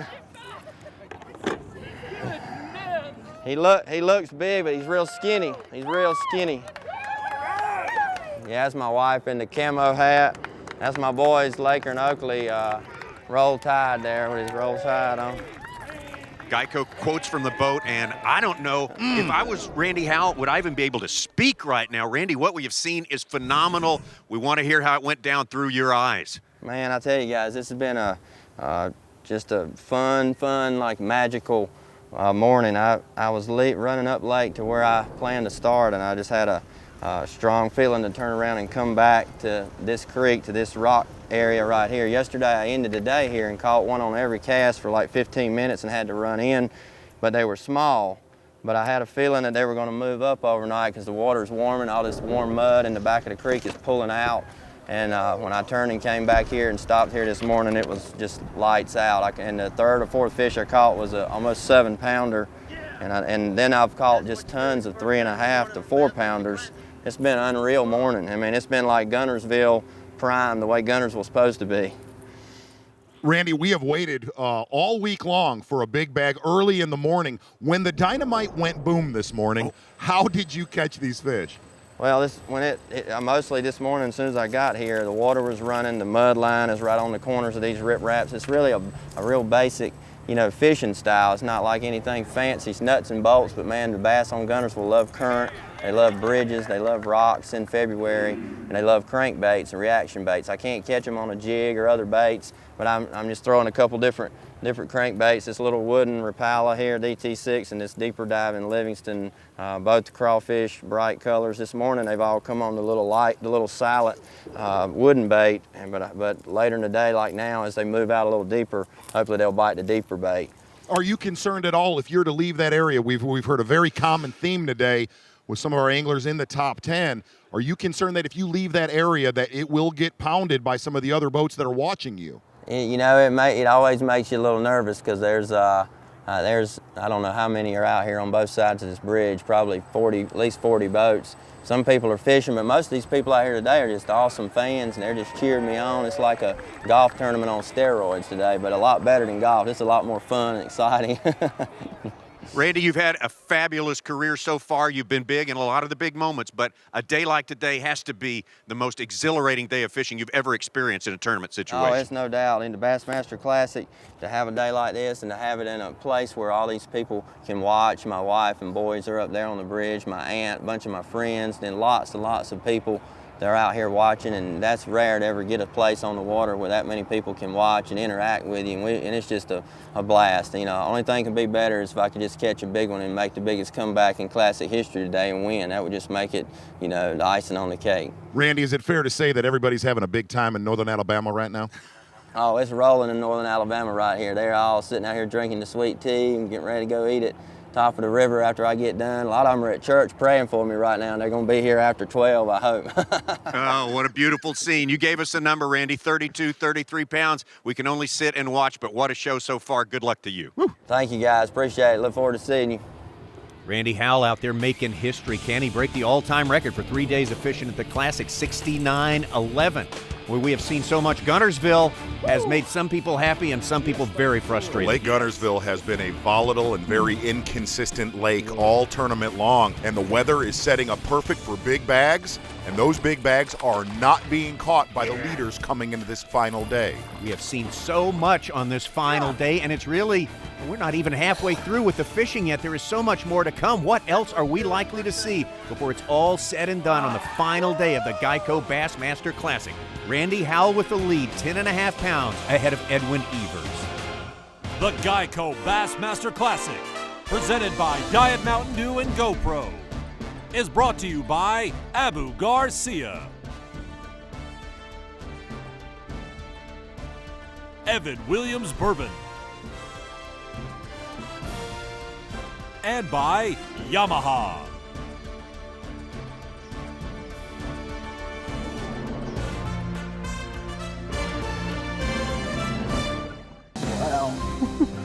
The Geico Bassmaster Classic presented by Diet Mountain Dew and GoPro, and this is the final round, day 3 of the Bassmaster Classic. This day of all days of the year is the one day you leave nothing on the table. You bring everything you've got. They come off. Tax your mind to think of a way to win, because winning is everything. All right, now out to the lake, and Todd Faircloth, who had a difficult day 1, kind of middle of the pack, rescued it a little bit on day number 2 with 21-plus pounds, and today, well, Guntersville being a little more kind to him. You're starting to see a lot of anglers gamble. You're looking at Faircloth out on the main river along with Ott DeFoe. And the smallest one in Faircloth's live well is a pretty big one. I think my smallest one is 4 something now, so biggest one is around 6. And there's no doubt in my mind there's probably a 9 or 10 pounder sitting out here if we just get him to bite. Oh yeah.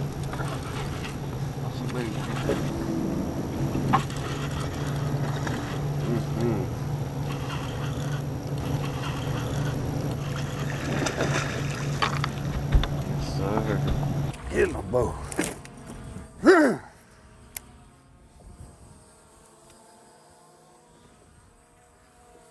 That. Todd Faircloth on track to have best day of the Classic on the final day. 53.08. He's 1 pound behind Paul Mueller. He's in 4th place. Back with Edwin Evers right now, and Edwin Evers just not having a good day. He's getting bites, and they are not the ones he's looking for. If you notice, the one thing he's done the whole tournament, living up in the Goose Pond area, fishing backwaters that don't have runoff. He didn't want all that mud, that colder water, and it's worked so far in this tournament, but this last day, he's not catching the ones he needs. Males, males, males. Females cannot be far behind, though. Here we go. Geico quotes from the boat. 1 ounce lead to start this day, but anything, Edwin Evers, can happen on this day. Tell us your perception of what's gone on with you so far. I'm still looking right now. I've moved to the back of this big pocket that I've been fishing the first 2 days, and you know, caught a few small fish back here. There's a ton of shad back here. I'm just amazed that I have not caught a big one yet. Gosh dang it, just had a bite right there. But I hadn't found a big one back here. They've got to be coming back here sooner or later. So I'm gonna keep just kind of milling around and, you know, just bobbing and weaving today, see what happens. Spectator boats are a known situation on Lake Guntersville. Everybody in our top 10 is dealing with it yesterday on day number 2 and here on day number 3. Has that been an issue this week for you? I'd be lying if I said no. You know, one, mentally, you know, those guys will fish a lot of stuff that you're fishing, you know, before and after, and you can't let anything rest. And then 2, just, you know, they're just wanting to watch, but yet the wind will drift them right up on an area that you just fished through that you're wanting to make another pass on. And it does have an effect on those fish. You know, those guys don't really realize it, but it does. I guess the follow-up question to that, Edwin, is are you good at keeping that stuff out of your mind when a distraction like that comes along? You're good at moving forward on to the next thing? Yeah, you have to. I mean, it's just frustrating because you know what you need to do. You know, you'd like to go back through stuff, so it's really kind of a one-and-done deal so far.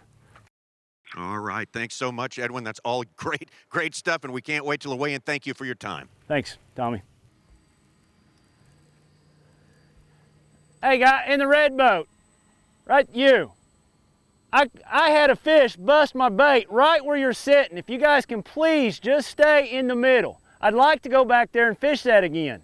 You guys are sitting right on the grass in the maroon boat. If you could just please stay in the middle, guys. That's all I'm asking. Well, that's fine. We don't have a crystal ball. What do you say? We don't have a crystal ball. You guys are fishermen though, and you know if I fish down a bank, I may come back down it. That's all I'm saying. And we knew that would be part of the ball game. Edwin Evers trying to deal with the best he can on this final day of the Bassmaster Classic. More look at our leaderboard on this final championship day, and Randy Howell still very much in charge, 66 pounds even. Plenty more to come. We'll be right back.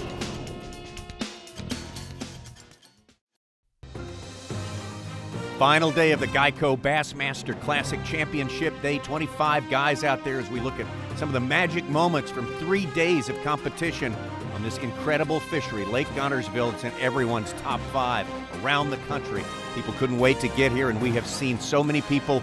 Well, they did right by Guntersville, and Guntersville didn't do right by some people, as expected. It's a great test for the best in the world.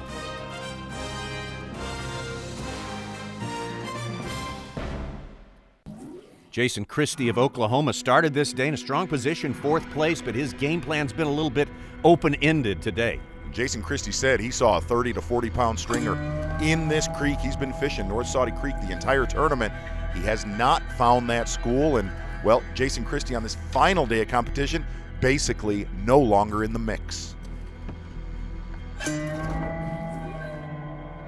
Casey Ashley of South Carolina, again, he wants to win this Classic so he can qualify for next year's Classic on his home lake. And Casey Ashley starting today in 6th place, but he's faded just a little bit. Well, he's lost a couple of spots, but Casey Ashley's got a long way to go if he wants to catch the leaders. Very consistent all week long, has lived in Browns Creek. The only problem is with some of the stringers that we've seen caught already today, Casey Ashley no longer a factor. Randall Tharp, so much experience, so much success here on Lake Guntersville, one of the huge favorites coming in, and was totally on track with the thing in control until today. Well, he's going to need all of that experience he has on this lake when he lost this big one, and I'm going to rewind. They come off. Randall Tharp fished his first Classic down in New Orleans. He said Van Dam blew his doors out big time. Absolutely embarrassed him. He said that would not be the case this time around. Well, after this bass, Randall Tharp has to get the wheels on the bus and get them on fast. There he is, baby. That's a freaking big one, too.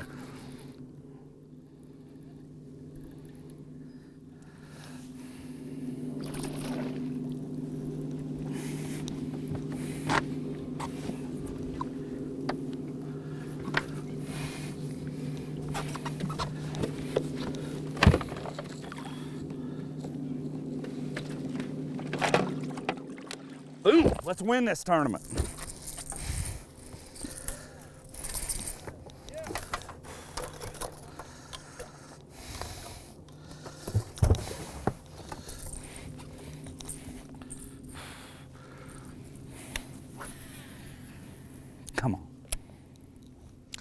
see it right there, man. I give him a lot of credit. Still hanging in this tournament, fighting and scratching to track down this man right here, Randy Howell, fishing down in Spring Creek. And, well, Randy Howell has not moved an inch this entire day.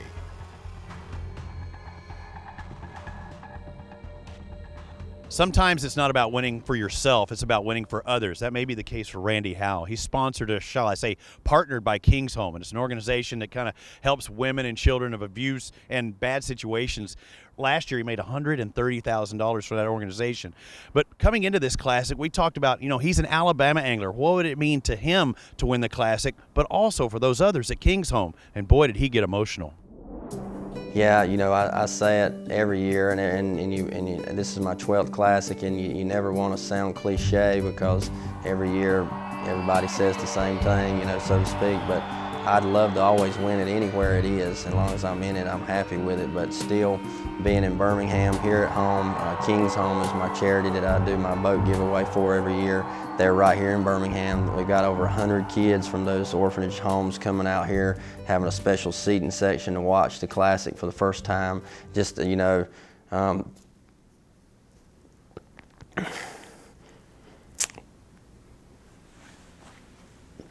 wow.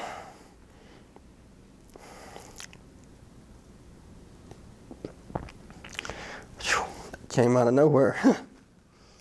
And then the King's Home kids, some of the King's Home kids up there with some of the directors, different ones watching, and they're the ones that we support all year and do the boat giveaway for. And for the charity there in Birmingham, they've been able to watch this firsthand. They've never experienced anything like it, and for the hard lives that a lot of those kids have been through, lots of abuse and in lots of homes and places, and for them to come out and forget their troubles and be a part of something fun like this is really great. Got him that time. It feels like a good one, I don't know. Feels like a good one, buddy. Uh-oh. Yeah, that's a good one. Oh. Woo. Yeah, a better one. Yeah, that one will cool right there. That's a, yeah. Big one right there for Randy Howell, and he's actually building on an incredible day. That one will cull. 66.08 now the total for Randy Howell, and that record for 3 days of 5 fish limits in the Bassmaster Classic, set by Kevin Van Dam, 69 pounds, 11 ounces, within reach of Randy Howell. Will more records be broken? Plenty of fishing left to go. We'll be back.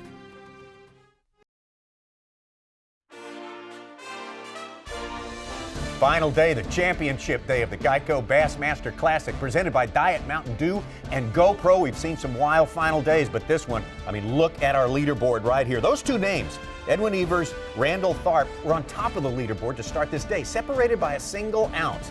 Back in 11th place, 9 pounds back, was Randy Howell. Randy Howell, since then, has turned the entire Classic upside down. He has put so many big fish in his boat, really in an hour and a half, and he's now 9 pounds ahead of Evers and Tharp. Welcome to the Toyota Bassmaster Studio. Tommy Sanders here with Mark Zona, and a lot of people follow this tournament on Bassmaster.com. Here's the guy that takes you out on the water, the incredible photographs from James Overstreet. And J.O., I think you, hopefully, and the rest of us can be forgiven for not seeing Randy Howell coming that early in the morning. Well, a lot of times there's things you don't plan on, and when we game plan the night before, we're looking at the top of the leaderboard, and when you've got two guys, when you've got Tharp and Edwin Evers, an ounce apart on top of that leaderboard, you're not really looking at a number 11 until, Randy makes his move. So what we're left with, and it happens so early, we're left with at that point is, can one of those guys or somebody else in the field run him back down later in the day? One of the biggest decisions of this tournament is when Tharp decided to bail on that primary area, go up shallow, his wheelhouse, and you called us right when that happened. That was the turning point of this Lake Guntersville Classic. Well, for him, it definitely was the turning point.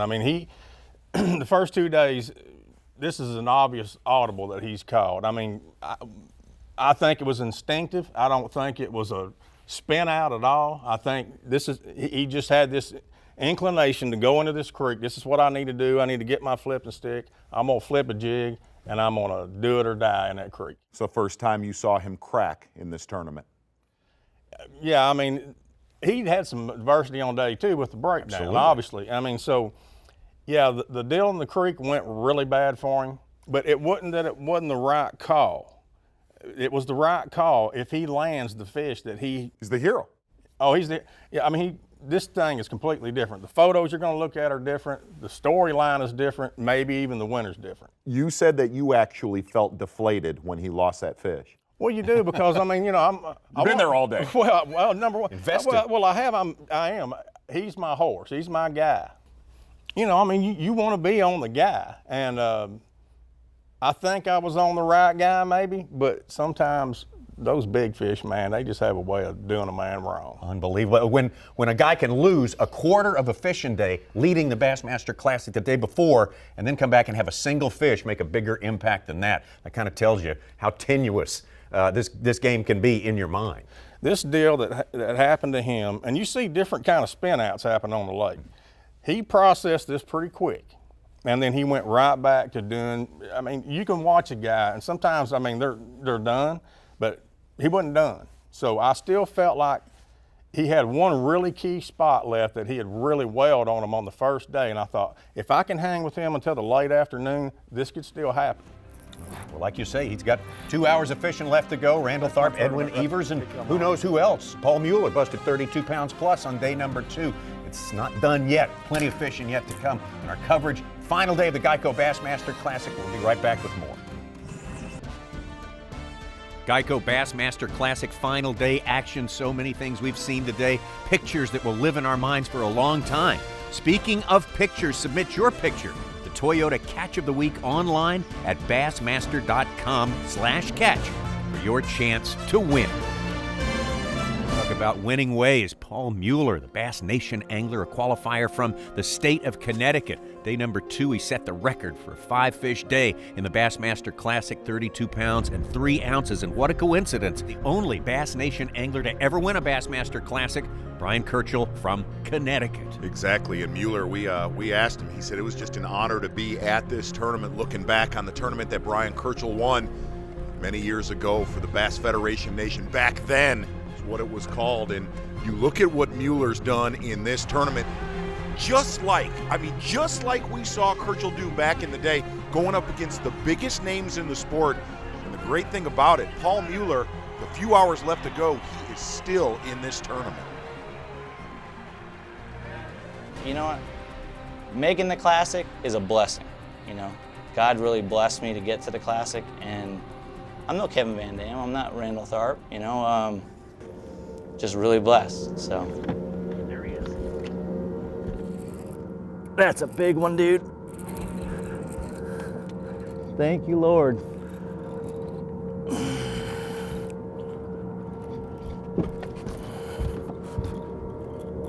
Stay down.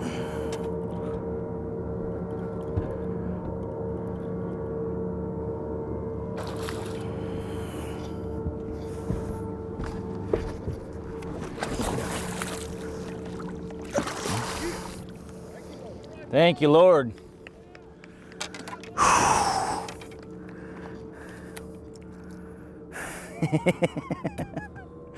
That's an upgrade. I know they're here, man. I know they're here.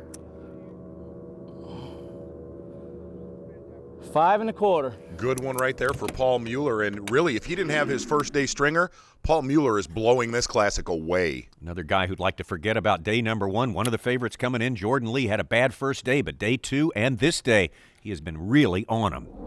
So many of these folks in Alabama pulling for Jordan Lee, gave him something to scream about yesterday. Brought in the Carhartt Big Bass of the day at 8 pounds, 8 ounces on his way to a 24-pound limit.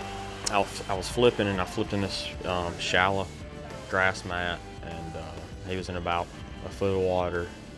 And when I set the hook, I mean, it was way back in it too. So I mean, it was almost like your dream catch.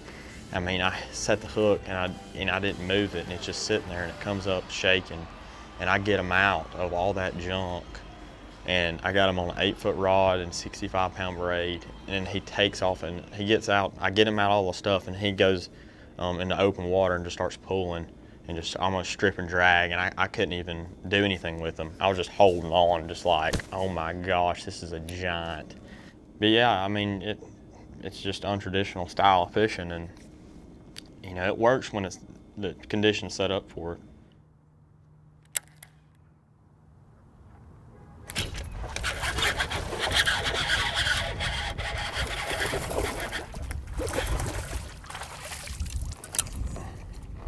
I don't know if he's gonna help or not.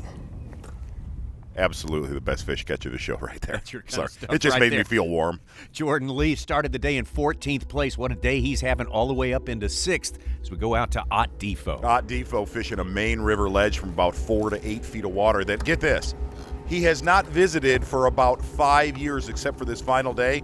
And the one thing you can say, they have been there all morning long. Come on, babies.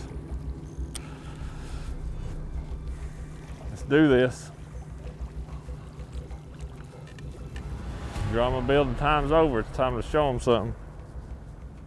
The decisions of a professional bass angler are what makes you look like a genius and like you don't know at all what you're doing. There he is. Oh yeah, stay on, baby, stay on.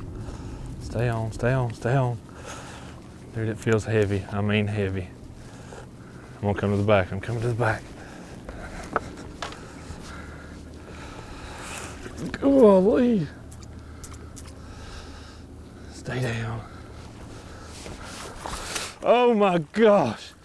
Dude, it's a giant. Stay on, baby, stay on.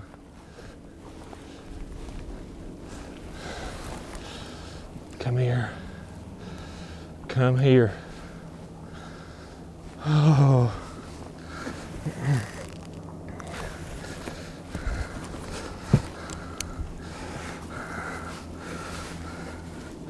Come here.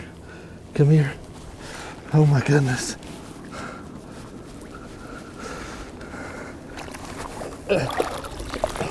Woo! Man! Dude, that's the kind of bass that wins the Bassmaster Classic. Yes! Woo! Woo! Oh, man. What a fish for Ott DeFoe. It's going to take him from 6th all the way up to 3rd place and 3.5 pounds behind our leader, Randy Howell. And now back to Edwin Evers, who's missed 2 key fish in the last hour. Edwin Evers definitely getting bites. They're not the ones he wants to bring to the Bassmaster Classic weigh-in stage, and things not going well in Evers' boat. Golly! That was a giant. Look at the boil.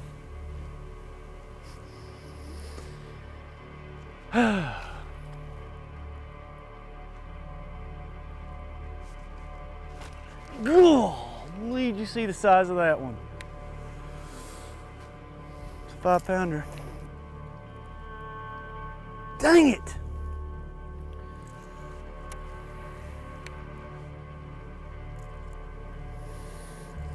She just came up and turned on it.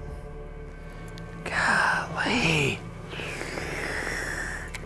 That was a big one.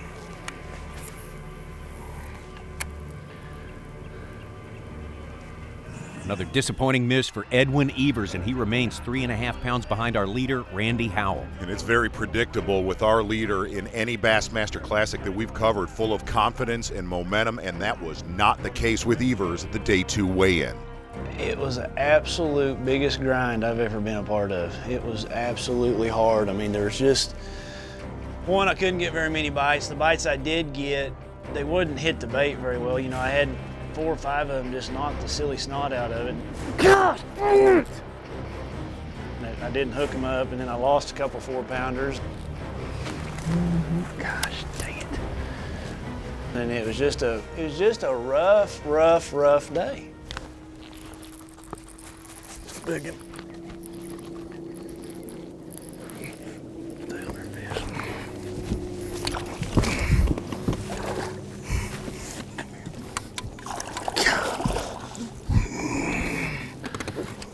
Getting better. Not as big as I thought it was, but cull for Edwin Evers here in the waning hours of fishing. He's now 3 pounds behind Randy Howell. Randy Howell in the back of Spring Creek. He's been here all day long, and here's a critical point to make right now with Randy Howell. He caught the bulk of his weight early and has slowly just culled up, whether it's a quarter a pound, a half a pound. But each one of those culls so far today, guaranteed those are critical catches. Come on, baby. Momentum's building, boy. Momentum's building. Golly. Them other guys could just have a slow day today. Anything can happen. I wouldn't put nothing against old Randall Tharp and even Evers both. They're both two of the best out here. And Tharp is one of the best on this lake. I picked him in my favorites to picked him on my fantasy team. But whatever's meant to be is gonna be. But I'm gonna scare them bad as I can. Some big ones are moving up on this side right now. So finally caught a 5.5 pounder on this bank. Caught so many fish that size on this bank over the years. But when they get on it, they get on it. You don't just catch one on it. There he is. Might be a good one too. Coming up right there. Oh man, it's a bigger one. Yes, yes, Lord Jesus, it's a big one. I'm gonna come all the way around the boat with it. Come right here where I can grab him. Just hold still. Yes, yes. That's another good one, yes. Woo! Yeah. Thank you, Lord, thank you. It's turning into a day, Jesus. That's a 5 1/4. It's a good 5 1/4, 5 1/2 maybe. Oh yeah, 5 1/2 I think. There's the 3 big ones in here. 4 and 2. That's a good one right there. That's a 4 3/4 right there to let go. There she goes. Thank you, Lord. Woo, you got that right. Oh, that was pretty. Like a Bill Dance fish, didn't it?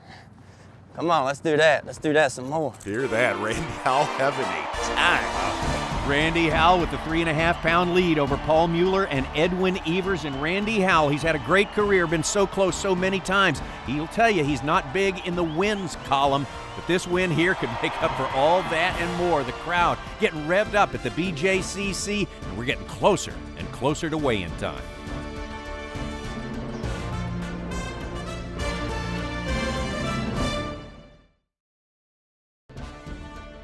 That's my tournament right there, baby. The Geico Bassmaster Classic, our final day coverage continues from here on Lake Guntersville. We've seen one of the guys on top, Randall Tharp, endure a very, very punishing setback, a big lost fish. Meanwhile, we saw this man, Randy Howell of Alabama, load his boat with a huge limit in the first hour and a half of fishing, and now moving up into second place, just 1.5 pounds behind Randy Howell, is Paul Mueller. Mueller fishing just south of the B.B. Comer Bridge, and well, he has definitely not caught the numbers that Howell's caught today, but they have been the right ones.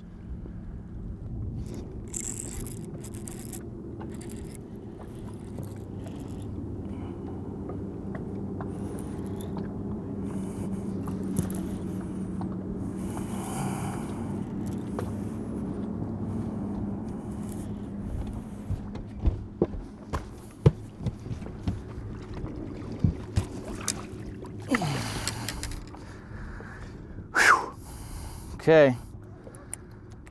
Cullen. Paul Mueller tightening things up now. 1/2 pound separate him and Randy Howell. And Paul Mueller, the Bass Nation qualifier for this Bassmaster Classic, looking to be the first nation guy to win in 20 years. Back down the lake to Edwin Evers. Edwin Evers has had a very, very frustrating day. And listening to Edwin Evers right here, he knows his work is far from done. It can happen. I mean, I have faith that it can happen. You know, I've seen it happen. I've been doing this 13 years now, and you can catch them right up to the last minute. It don't matter if you catch them at 8 o'clock in the morning or 3 o'clock in the evening, you know. I mean, it doesn't matter. You just have to catch them. The first one I caught down this stretch was up in there a little bit. All the other bites I've had has been on that outside edge. Fish might start setting up in here, trying to spawn. There's a big one. It ain't as big as I thought, but I'll take it. Oh, stay on there, fish.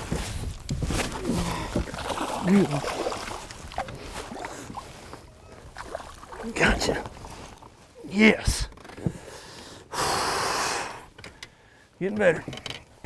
Some more encouragement for Edwin Evers. Now he slides in just a pound behind Paul Mueller, who's behind Randy Howell, who's done an upgrade of his own. Randy Howell now sitting at 67.5 pounds. Back to Randy Howell, going to recap his day in Spring Creek on this bridge. And this is not a magic bridge. If you're to ask any local about the Spring Creek Bridge, this is probably one of the most well-known tournament areas on all of Lake Guntersville. All of these bridges around this lake harbor fish like that. The problem is timing. You'll catch one here, one there. Randy Howell has hit the mother lode that have pulled up on this bridge and are eating. And for the first time today, Randy Howell is going to leave the bridge. The problem he has right now, everything in his live well is over 5 pounds. Randy Howell's going to fade to the back of Spring Creek, exactly where he caught a 6-pounder on day 1. Nah, yesterday I only had 18.3. I had 20 pounds, 3 ounces the first day. 18 was definitely not great yesterday, and I kicked myself. As many fish as I caught over there this morning, and I didn't come over there. What happened, I come through there twice to fish it. Coming back here, there was local boats fishing, so I didn't get to fish it until I come out of here and stopped right at the end of the day and started catching them, and I ran out of time. I got about as good a stringer as you can have without catching a real big one now. I was 9 pounds out. If I could catch me a 9-pounder, that put me back up even a little bit. There he is. Uh-oh. Big one. I think this is a big one. Yes, this is a big one. Please, let it stay on. Yes, yes, yes, real big one. Yeah. Yes. Watch out, watch out, watch out, watch out. Yeah. Woo! Yeah. That's what I came back here for. Oh my gosh, look at them nasty creatures coming off that fish. Oh my Lord. What are them things? Oh. Get off that nice bass. That bass is pretty for you to be getting on. Get off them things. Nasty thing. Yes, sir. That's how you come back right there. Oh man. Fires me up there now. That's a nice one. That was almost 6 pounds. Probably 514. Yeah, 512, 514, easy. Whew, thank you, Lord. Thank you, Lord. Absolutely one of the most incredible tournament days we have ever covered on the Bassmasters. No doubt, and Randy Howell with another upgrade there, another step closer to a possible new record. And meanwhile, Randall Tharp, his fortunes have not been going in a positive direction this afternoon. He needs a quick turnaround, and he needs it to happen in a big way.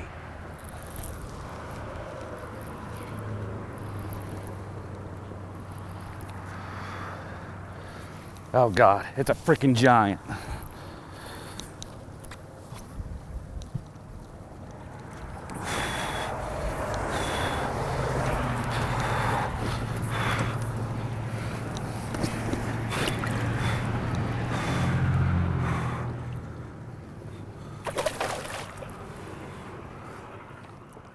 Yeah!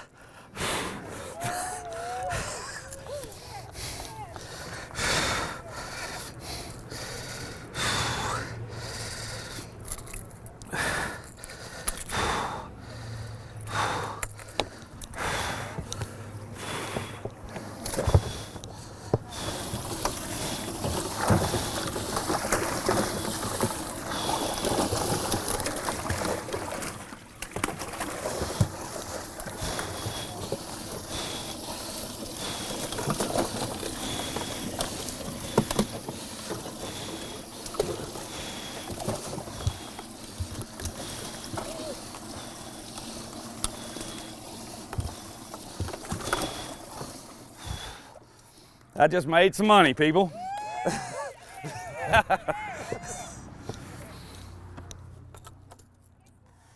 Last minutes with Randall Tharp fishing just outside of our takeoff. Randall Tharp done everything he could to get back in this. Hey! Oh, look out. Randall Tharp, you saw him looking at his watch right there. Our fishing time is just about expired. The crowd at the BJCC getting truly fired up. A lot to watch and a lot to anticipate.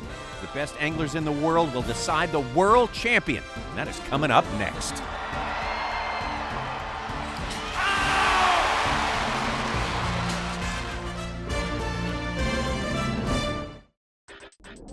The Geico Bassmaster Classic, presented by Diet Mountain Dew and GoPro, is brought to you by Mercury,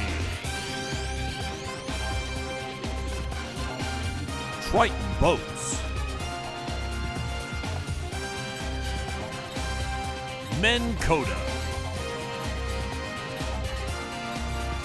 and by Nitro.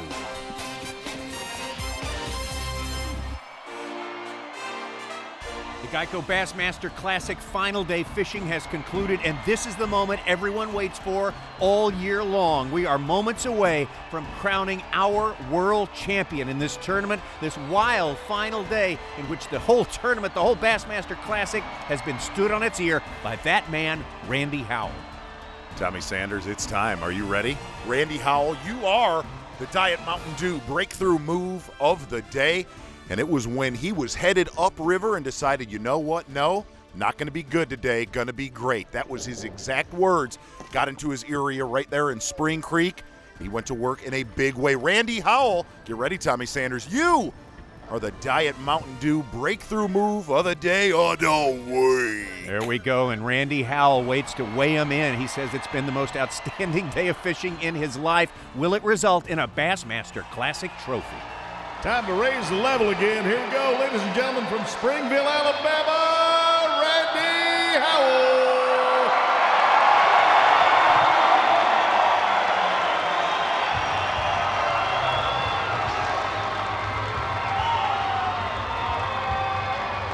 Howell. Randy Howell has had an absolutely incredible day. If Fast Track is right, this leaderboard is going to change. A two-time Bassmaster winner, and fish like that are the reason why. It's always a good thing when you're struggling to get those fish out of your Triton live well, and that is the case for Randy Howell. Boy, oh boy, went to work today in a big, big way. Holy moly. Dude, you put on an absolute clinic today, and the work is right here. Wait till you see these fish. Went in today in 11th place with 38 pounds, 6 ounces. That is about to change. You ready? You guys ready? Needs 20 pounds, 14 ounces, 5 fish all alive. 29 pounds, 2 ounces. Alabama's native son represents. 67 pounds, 8 ounces, and Randy Howell is our brand new Geico daily leader.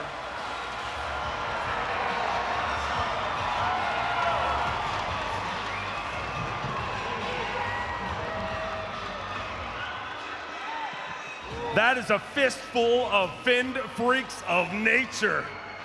Absolutely the day of a lifetime, basically. Tell me what's going through your mind right now. I mean, I'll tell you what, it was the day of a lifetime. You always want that. You know, honestly, in 21 years of bass fishing,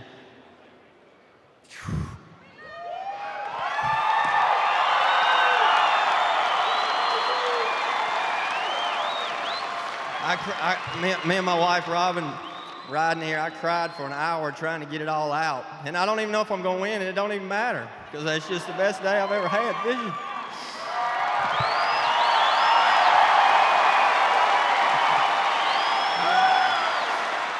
For those folks right there,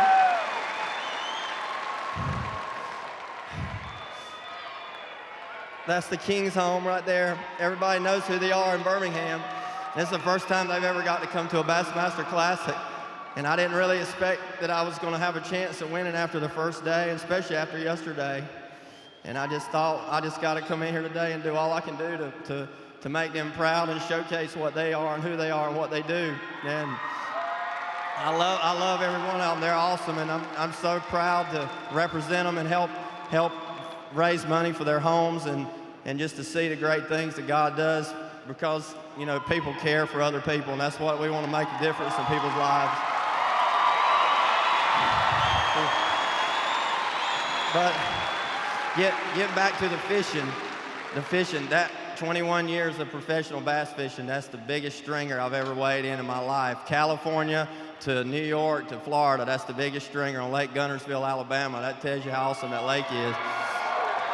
This morning I'm running up the lake and I already know where I'm going, and I just got the overwhelming urge to turn around and go to Spring Creek.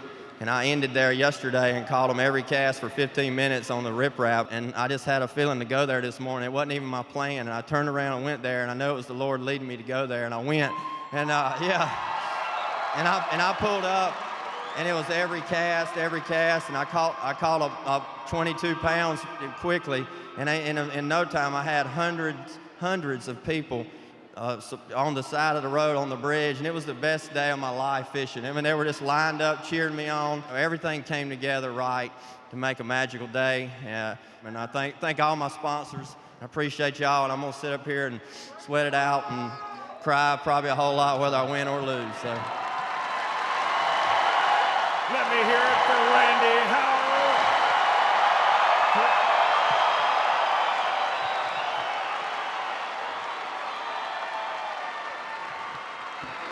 Randy, the most coveted seat in professional fishing, the Bassmaster Classic hot seat, and look at right there. How bad do you want to touch it? You know, I actually touched it on the dock the other day and had my picture taken with it, and I don't know if that was good or bad. We're going to find out. I want it real bad, though, and this is the most sick feeling I've ever had in my life. I feel like I'm going to pass out. My legs are shaking. I've cried like 10 pounds of snot. Don't have no Kleenexes left. Well, just a few more minutes left to go, but a scary cast of characters. Let's roll them through. Our first angler, representing the Bass Nation. He is a full-time fishing guide on Candlewood Lake in Connecticut. That may be about to change right here. Let me hear it for Paul Mueller. Paul Mueller looks to be bringing a load of fish here. Incredibly calm, 29 years old, and a chance to win the Bassmaster Classic. 41-13 to start the day off. 25-12 is the number he is looking for. This is going to be very, very close. 25-12, 24 pounds, 11 ounces. So close, a tremendous rally on day number 2 and number 3 for Paul Mueller. Bass Nation, let me hear you. 66 pounds, 8 ounces puts you in second place, falling 1 pound, 1 ounce short of this victory here. We know you'll be back. Congratulations, an incredible run for the Bass Nation. Let me hear it for Paul Mueller.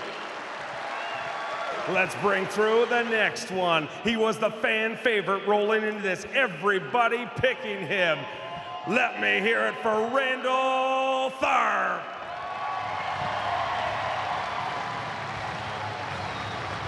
Randall Tharp rolled out this morning with 47 pounds and 5 ounces. Seemed like nothing could stop him from day number 1. Had a big lead on Randy Howell going into this, so you don't need quite as much as our other anglers. Looking for 20 pounds, 4 ounces, 15 pounds, 7 ounces.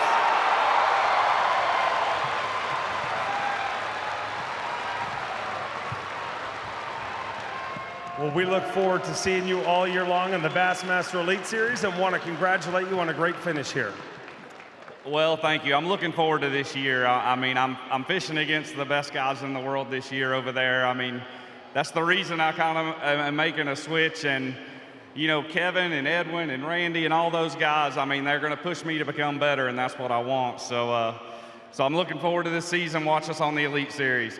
You getting any better is a scary, scary thought. Let's hear it for Randall Tharp. And then there was 2. That's what makes our sport so great. Look over there, Randy. Oh, man, this is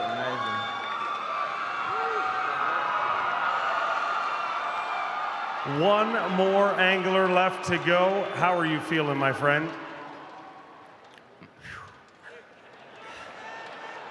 Words can't describe. That's all I can say. God is good. All right, let's roll through our final angler. He left here on Championship Sunday as our Geico daily leader, had 47 pounds, 6 ounces from Talala, Oklahoma. E squared, Edwin Evers. 8 Bassmaster wins. Oh boy, get loud, Edwin Evers. Randy Howell, join us at the scale. One of these anglers is going to be your Geico Bassmaster Classic champion. Side by side, 47 pounds, 6 ounces coming into this. Edwin Evers has got 5 fish. 47 pounds, 6 ounces when he left the dock this morning. Edwin Evers looking for 20 pounds, 3 ounces. 18 pounds, 5 ounces.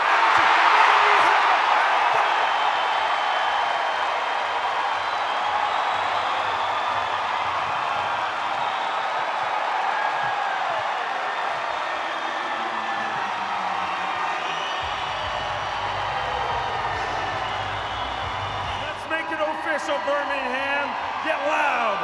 Your 2014 Geico Bassmaster Classic champion, Randy Howell. You look at Randy Howell, you look at that face, and what you see is 2 decades of professional bass fishing. All of the ups, all of the downs, all of it rewarded on this special day when he's crowned with the highest honor bass fishing can give a man. Look at all 3 days of this tournament. This was not a magic spot. It was not one magic lure. It was none of that. It was a guy that survived the first 2 days of this tournament. He rolled the dice as much as he has in his entire career on this final day, and he threw a knockout punch. One of the greatest comeback stories of all time in all of Bassmaster Classic history. Just about reached that point where traditionally we bring out the family and take that triumphant champion's ride around the arena. Geico Bassmaster Classic champion, as he makes the Ring of Champions, make sure to give him some love. An unbelievable comeback. Your 2014 Geico Bassmaster Classic champion, Randy Howell.